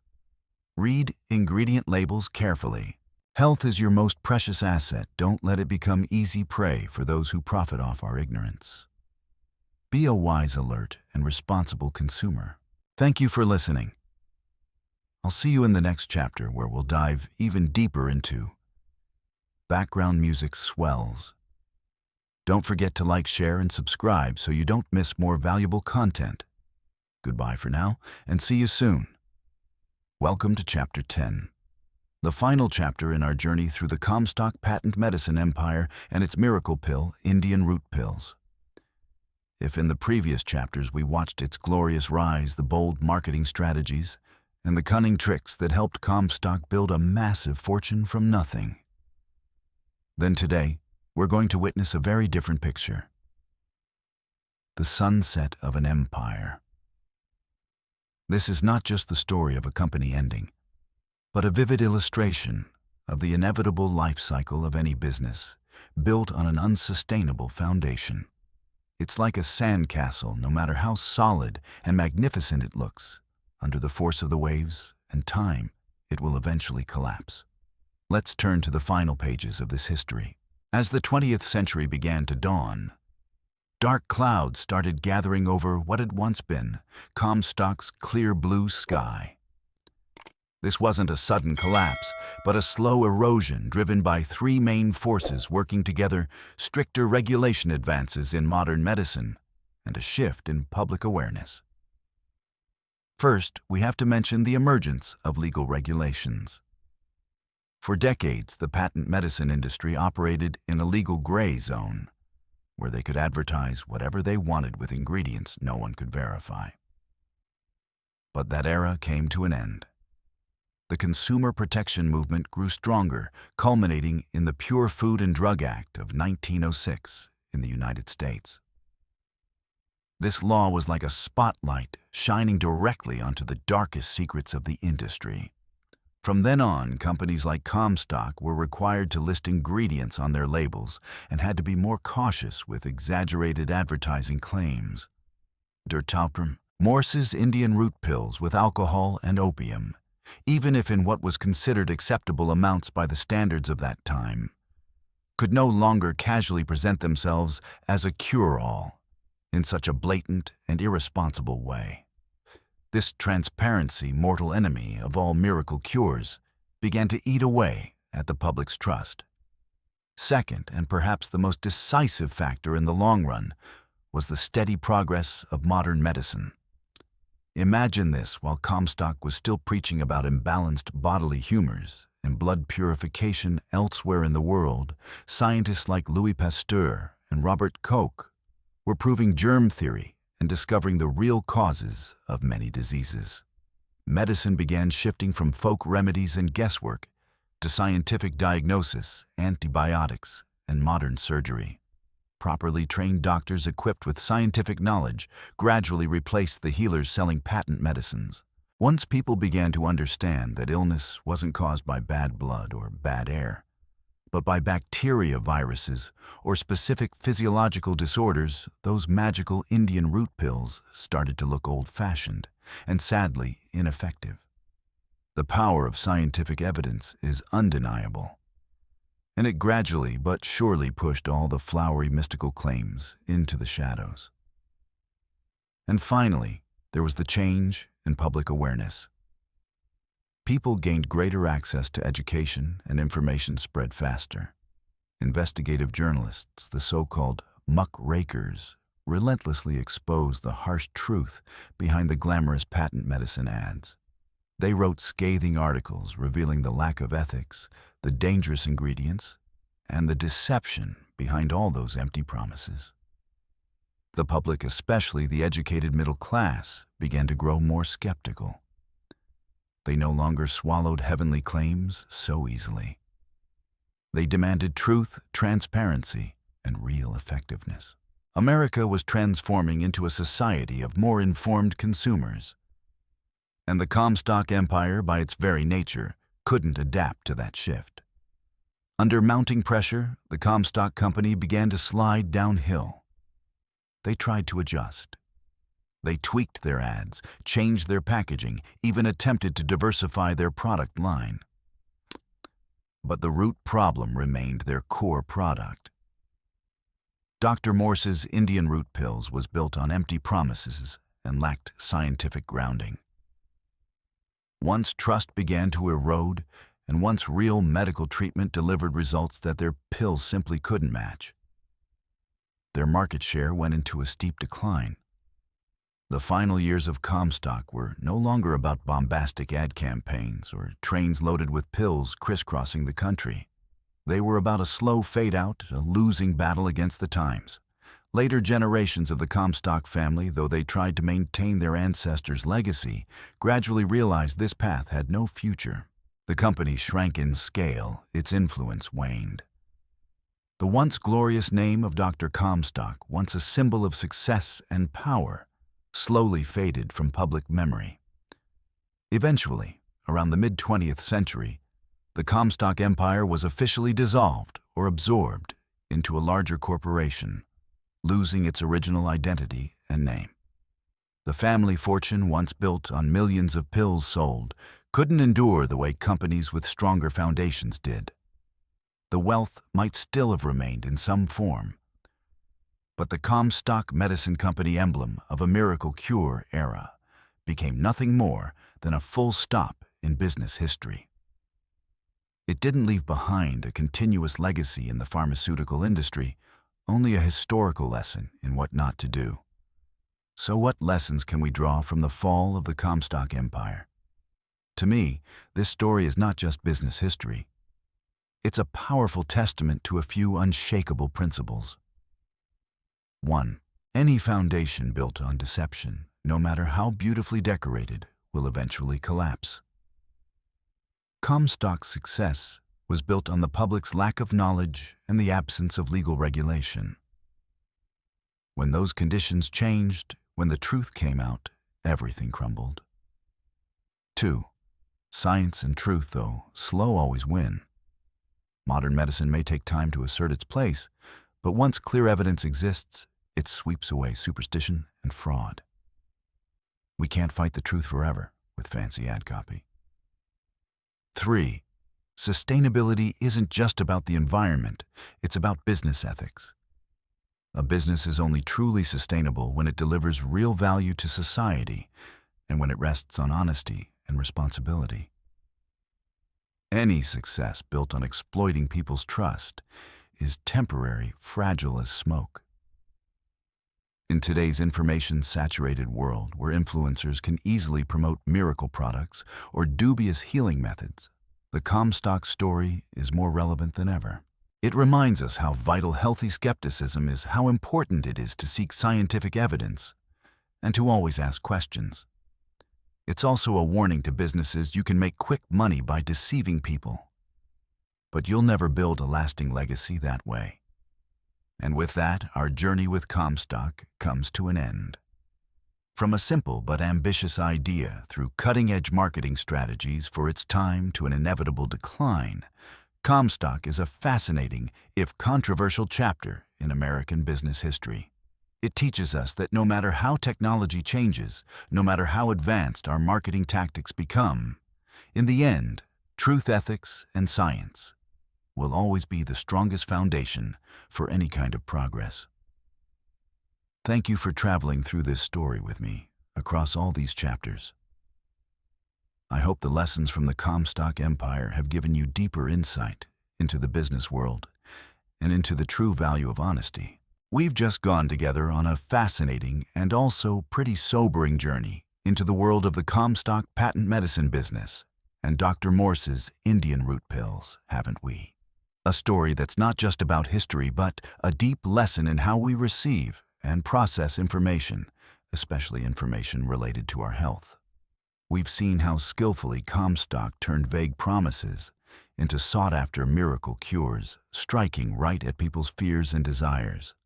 We've witnessed the terrifying power of missing information, of blind trust, and of manipulative advertising. And I'm sure many of us couldn't help but be startled to realize that even though the era has changed, those same tricks under a new disguise still exist all around us today, right? So how do we people of the 21st century avoid making the same mistakes? How do we avoid becoming victims of sweet, baseless promises? Whether it's about some holy supplement hyped on social media or a secret method going viral in group chats. How do we build a solid shield for our health, not just physically, but intellectually and informationally?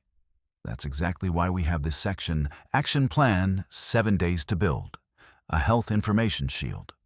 This is not some hardcore challenge or a demand that you suddenly become a medical expert. It's simply 7 small, concrete steps you can start applying today to train your own information immune system. Let's take the valuable lessons from Comstock and turn them into practical action. We're starting this 7-day journey right now. Day 1-2. Analyze a health product that you see and spot the baseless promises.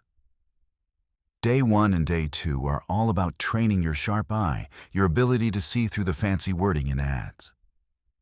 I call this ad analysis, decoding empty promises.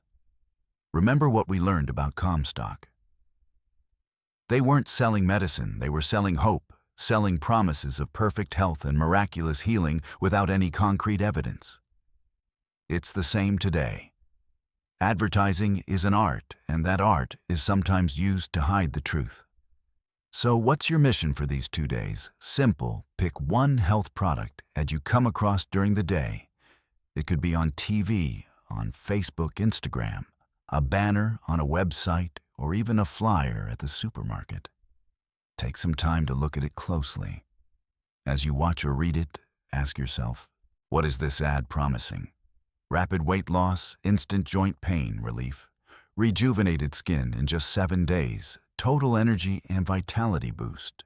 Are these promises specific or just vague and flowery? Are their numbers clear scientific evidence? Or are they just throwing around phrases like ancient, secret, exclusive technology, leading research?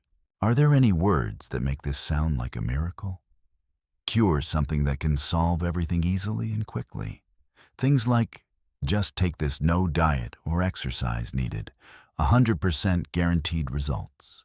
Does the ad play on your fears, fear of aging illness, rejection, or on instant desires, wanting to look good, fast, feel better right now? Then try to identify at least 2 promises that feel baseless or overly exaggerated. For example, if the ad says, Product X removes all toxins from your body, you might ask, what toxins exactly? How does it remove them? Is there any scientific evidence that the body needs an external product to remove toxins instead of using its own natural mechanisms? Personally, I see tons of Facebook ads using very dramatic before and after photos. But when you look closely, there's usually no detailed information about conditions of use, diet changes, or other factors that might have influenced the result. That's a classic example of making promises without context or necessary evidence. The goal of these 2 days is to start training your brain to develop an automatic filter. Anytime you hear a health claim, especially one that sounds too good to be true, let the alarm bells ring in your head. Try it. You'll be surprised by how many fake promises you're exposed to every single day. Day 3-4. Research the ingredients and scientific evidence behind a supplement you're using. After sharpening your ad criticism skills, we'll go deeper into reality, into what we're actually putting into our bodies.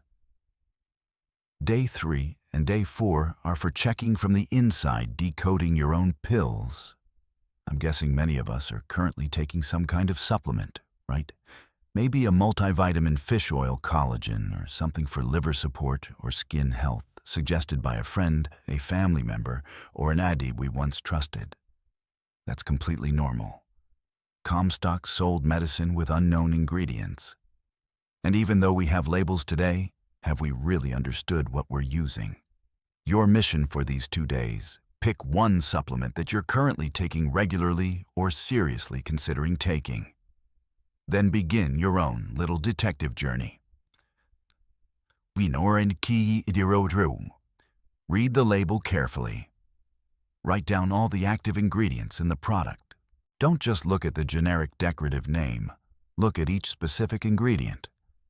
For example, if it says herbal extract, find out which herb and in what dose. 2.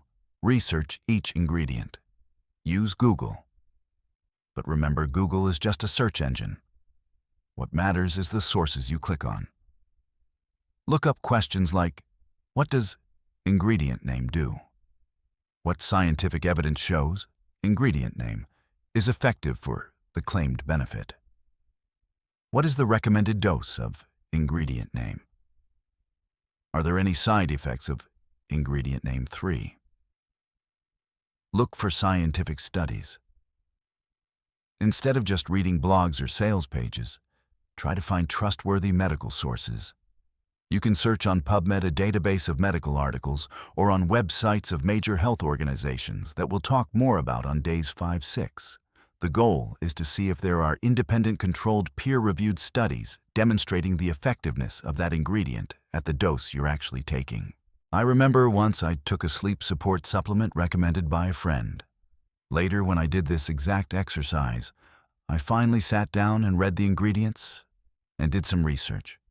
Turned out the main ingredient was just a mild calming herb, and most of the effect I'd felt was probably because I believed it would help me sleep. In other words, the psychological factor played a bigger role than the pharmacological one. It wasn't useless, but I ended up with a more realistic view of what I was actually taking.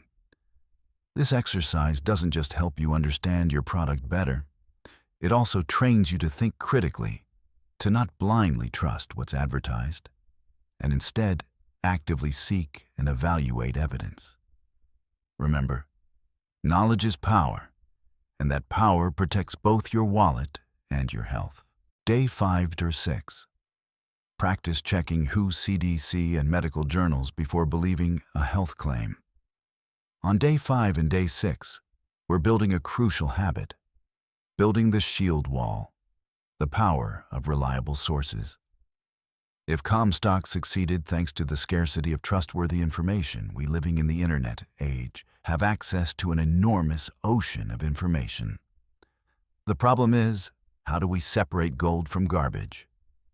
Your mission for these 2 days is to turn the habit of consulting reputable sources into a natural reflex. Whenever you hear a new health claim, a hack on the internet, or some sensational tip, don't rush to believe it or share it. Take a few minutes to cross-check the information. You can start by getting familiar with these reliable friends, World Health Organization, WHO.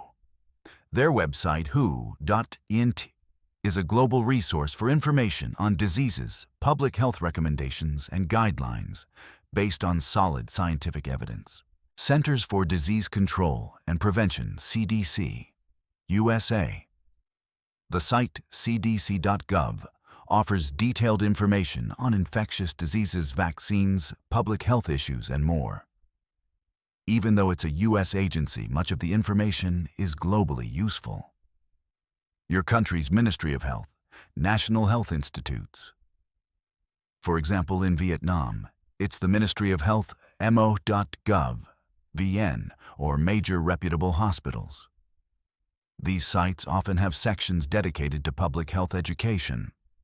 Trusted specialty health organizations, for example, the American Heart Association, AHA, American Cancer Society, ACS, or major medical schools and hospitals like Harvard Medical School, Mayo Clinic, Johns Hopkins Medicine. They often publish easy-to-understand articles grounded in research. Reputable medical journals, for those who want to dig even deeper, PubMed, The Lancet, New England Journal of Medicine, NEJM, JAMA. This is where scientific studies are published and peer-reviewed. If you see an article claiming scientific research, try to find out whether that study was actually published in one of these journals. My own habit is, If a friend shares some health tip on Facebook, I don't argue right away. Instead, I quietly go to WHO or CDC's website, type in some keywords, and see whether there's information confirming or debunking it. Sometimes I check Mayo Clinic's site. They have very accessible articles on most health conditions, and importantly, they cite their sources. Don't worry if this feels a bit hard or time-consuming at first. It's like learning to drive. In the beginning, you need a lot of focus, but over time, it becomes second nature. Once you get used to checking the source, you'll automatically start asking, is this source trustworthy? Has this information been verified by experts? That's exactly the information shield we're building together. Day 7. Share one trustworthy health fact with someone you care about. And here we are, at day 7, the final day of this challenge, but also the beginning of a new journey. Scaling the knowledge, spreading reliable information. After 6 days of practicing analysis, research, and verification, you've equipped yourself with the tools you need to protect yourself. But I believe the real value of learning isn't just in understanding for ourselves, it's in being able to share and help the people we care about. Comstock spread misinformation like a virus. Let's spread accurate information like a vaccine. Your mission on day 7. Pick one trustworthy health fact you've learned or verified, maybe from one of the previous 6 days, and share it gently and thoughtfully with at least one family member or friend. This isn't the time to lecture or argue. The goal is to open a conversation, not start a fight.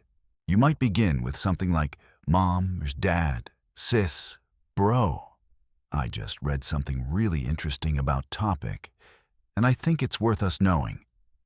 I was looking into some supplement health tip yesterday, and I found that trusted sources say, I watched this video article that explains why it's important to check health information.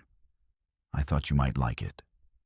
I once had a relative who deeply believed in a certain unregulated traditional remedy. Instead of confronting them directly, I looked up information from the Ministry of Health about the risks of using unlicensed products, and then I gently shared it. I didn't expect them to agree with me on the spot, but I knew I had planted a seed of doubt and critical thinking. Over time, they started doing their own research and gradually changed their view. Sharing trustworthy information is an act of love and care. You're not just helping a loved one avoid potential risks, you're also playing a small part in building a more informed community, less easily duped by sweet but empty promises. Remember, health is our most precious asset. Protecting it isn't just about taking care of our bodies, it's also about defending our minds from noisy, misleading information. So we've now completed the action plan, 7 days, to build a health information shield. I truly hope these steps are more than just a checklist, that they become a starting point, a small spark that lights up your curiosity, caution, and courage to seek the truth for yourself. Think back to Comstock and Dr. Morse. Their story is a reminder that there will always be people trying to exploit our lack of knowledge. But it's also a call for us to grow stronger and wiser. Every time you scrutinize an ad, research an ingredient, or consult a trustworthy source, you're not just protecting yourself, you're contributing to the building of a more transparent and healthier society. An information shield isn't something you buy once and forget about.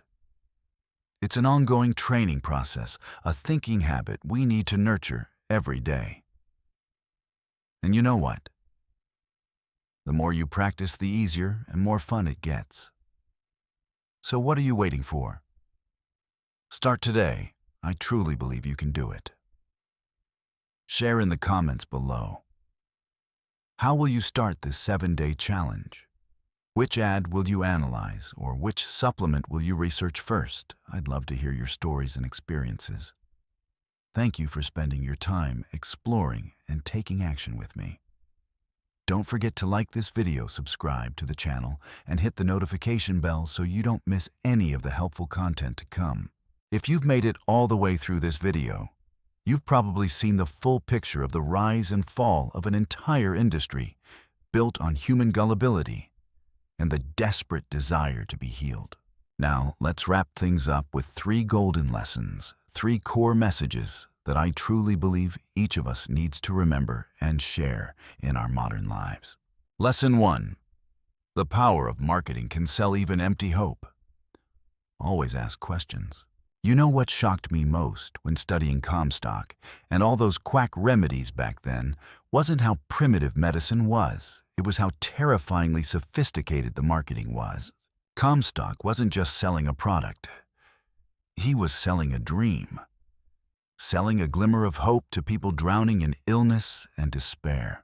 Think about it in an age when medicine was still in its infancy and information was scarce. How irresistible must promises of a cure. All a secret formula have sounded.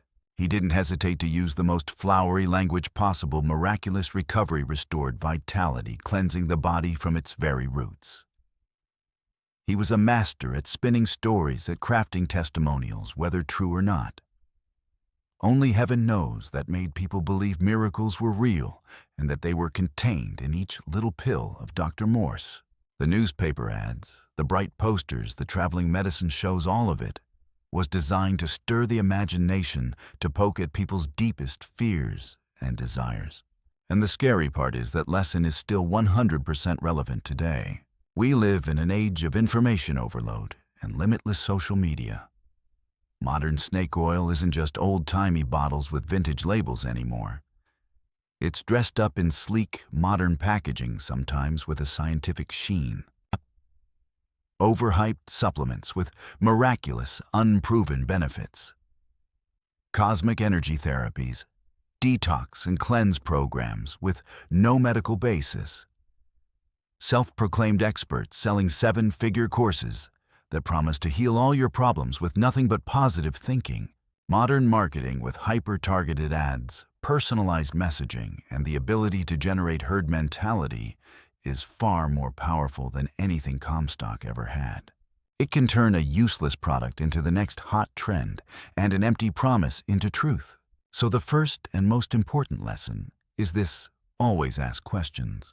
When you hear a promise that sounds too good to be true, chances are it is. Who's speaking? Is this a trustworthy source? What do they gain by having you believe this? What do they want from you? Your money, your trust, both. Is there any evidence? Real scientific evidence, independently verified, or just emotional testimonials, touching stories, and easily faked before and after photos? Is there a financial motive behind the flashy claims? Don't let your fear of illness, your insecurity about your appearance, or your desire for a better life be weaponized against you. Healthy skepticism isn't being negative. It's a powerful tool to protect yourself. Lesson 2. Health is your most valuable asset. Entrust it to evidence-based medicine, not miracle promises. It's heartbreaking to look back at the stories of people who poured their trust and their last bits of money into worthless pills from Dr. Morse and other quack remedies. Some didn't just lose money, they lost their chance at timely, legitimate medical treatment, leading to tragic outcomes. Those miracle pills, often made mostly of alcohol, opium, or even mercury substances that could seriously harm the body, stand as stark proof of how dangerous misplaced trust can be. In Comstock's time, medicine was young, and people didn't have many options. But today, things are different. Modern medicine, with all its incredible advances, is the result of hundreds of years of serious scientific research, verified by countless clinical trials and validated by the global scientific community. It's not perfect, but it is the most reliable system we have to protect and restore our health. We have vaccines that save millions of lives. We have targeted treatments for diseases that used to be automatic death sentences. We have surgical techniques that seem almost miraculous. We have diagnostic tools with astonishing accuracy. None of this came from cure-all promises or secret formulas circulating online. It came from scientists, doctors, and healthcare workers grinding away for years working with data evidence and scientific principles. So the second lesson is a reminder we cannot afford to forget. Your health is your most precious asset, and you should only entrust it to evidence-based medicine. When you're sick, go to trained medical professionals and reputable healthcare facilities. These are people who have spent years studying, researching, and practicing based on knowledge that has been rigorously tested. Don't trade your most valuable asset for miracle promises from unqualified people, unlicensed clinics, or treatments that science has not validated. Your body is not a lab for random experimental cures. It is your temple. Be wary of anyone giving medical advice online without clear credentials, without evidence, or while trying to sell you some exclusive cure. Real medicine encourages transparency and knowledge sharing. It doesn't hide behind trade secrets or family formulas. Trust science. Trust the people who have devoted their lives to understanding disease and healing others. That is the safest, most effective choice for you and those you love. Lesson 3. History always repeats itself. An informed, alert consumer is the strongest weapon against modern snake oil. The Comstock and Dr. Morse empire eventually collapsed, not because of a magic bullet, but because public awareness changed, and stricter laws around medicine and advertising were put in place. When consumers started asking more questions, when medicine advanced and offered real solutions, when journalists and regulators stepped in, the lies began to lose ground. But history, as you can see, has a habit of repeating itself. Snake oil never truly disappears. It just changes costumes, becoming more subtle, more refined, harder to recognize. Today we don't see ads for Indian root pills promising to cure everything anymore. Instead, we get detox products made from exotic herbs with zero solid research, energy-boosting therapies using light or electromagnetic waves with no proper medical basis, extreme detox diets promising to flush out all toxins, but actually risking malnutrition and long-term harm.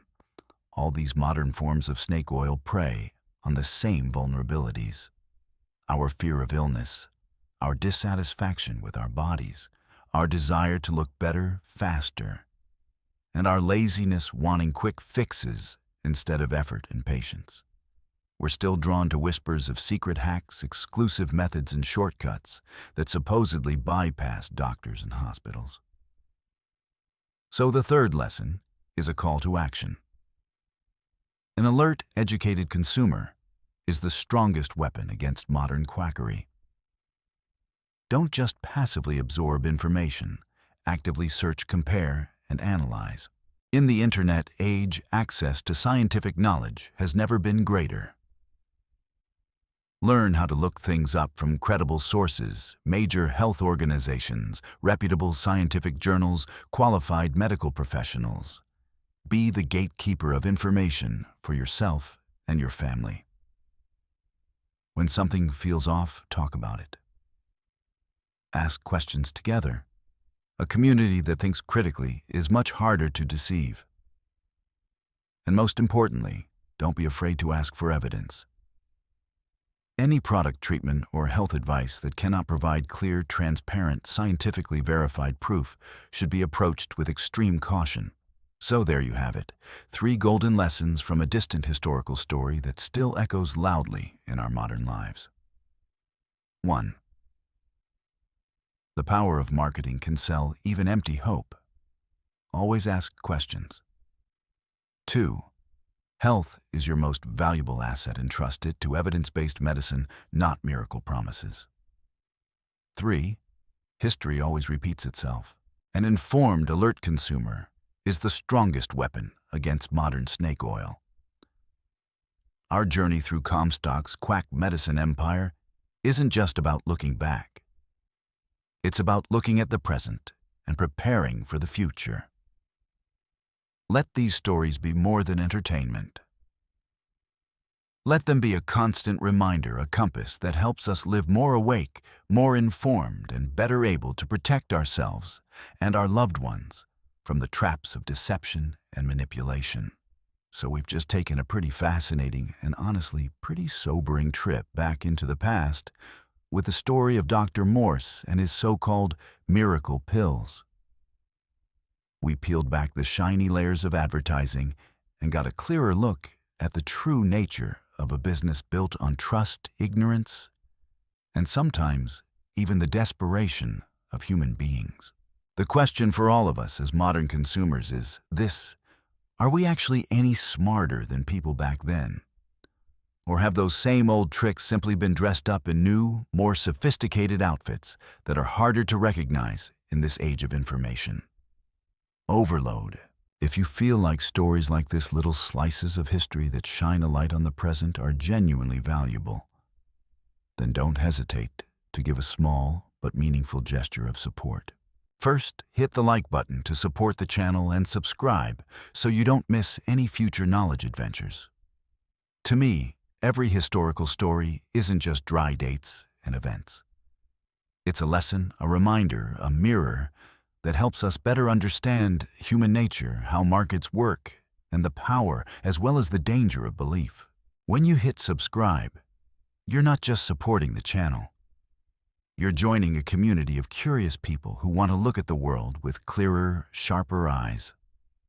We explore together, we question together, and we dig for the truth behind the stories together. And now, I want to hear from you. Scroll down to the comments and share. Have you ever run into a product that was advertised just like Dr. Morse's pills? A product that promised miracles, filled with over-the-top unproven claims, maybe even hiding behind complicated scientific jargon without offering any real evidence at all. It could be a cure-all supplement passed around by word of mouth, a supposedly exclusive beauty treatment that guarantees an instant transformation, or even those unbelievable get-rich-quick courses built on nothing but wild promises. Even stories about self-proclaimed experts with unique theories that have never been scientifically tested aren't really any different from old-school quacks.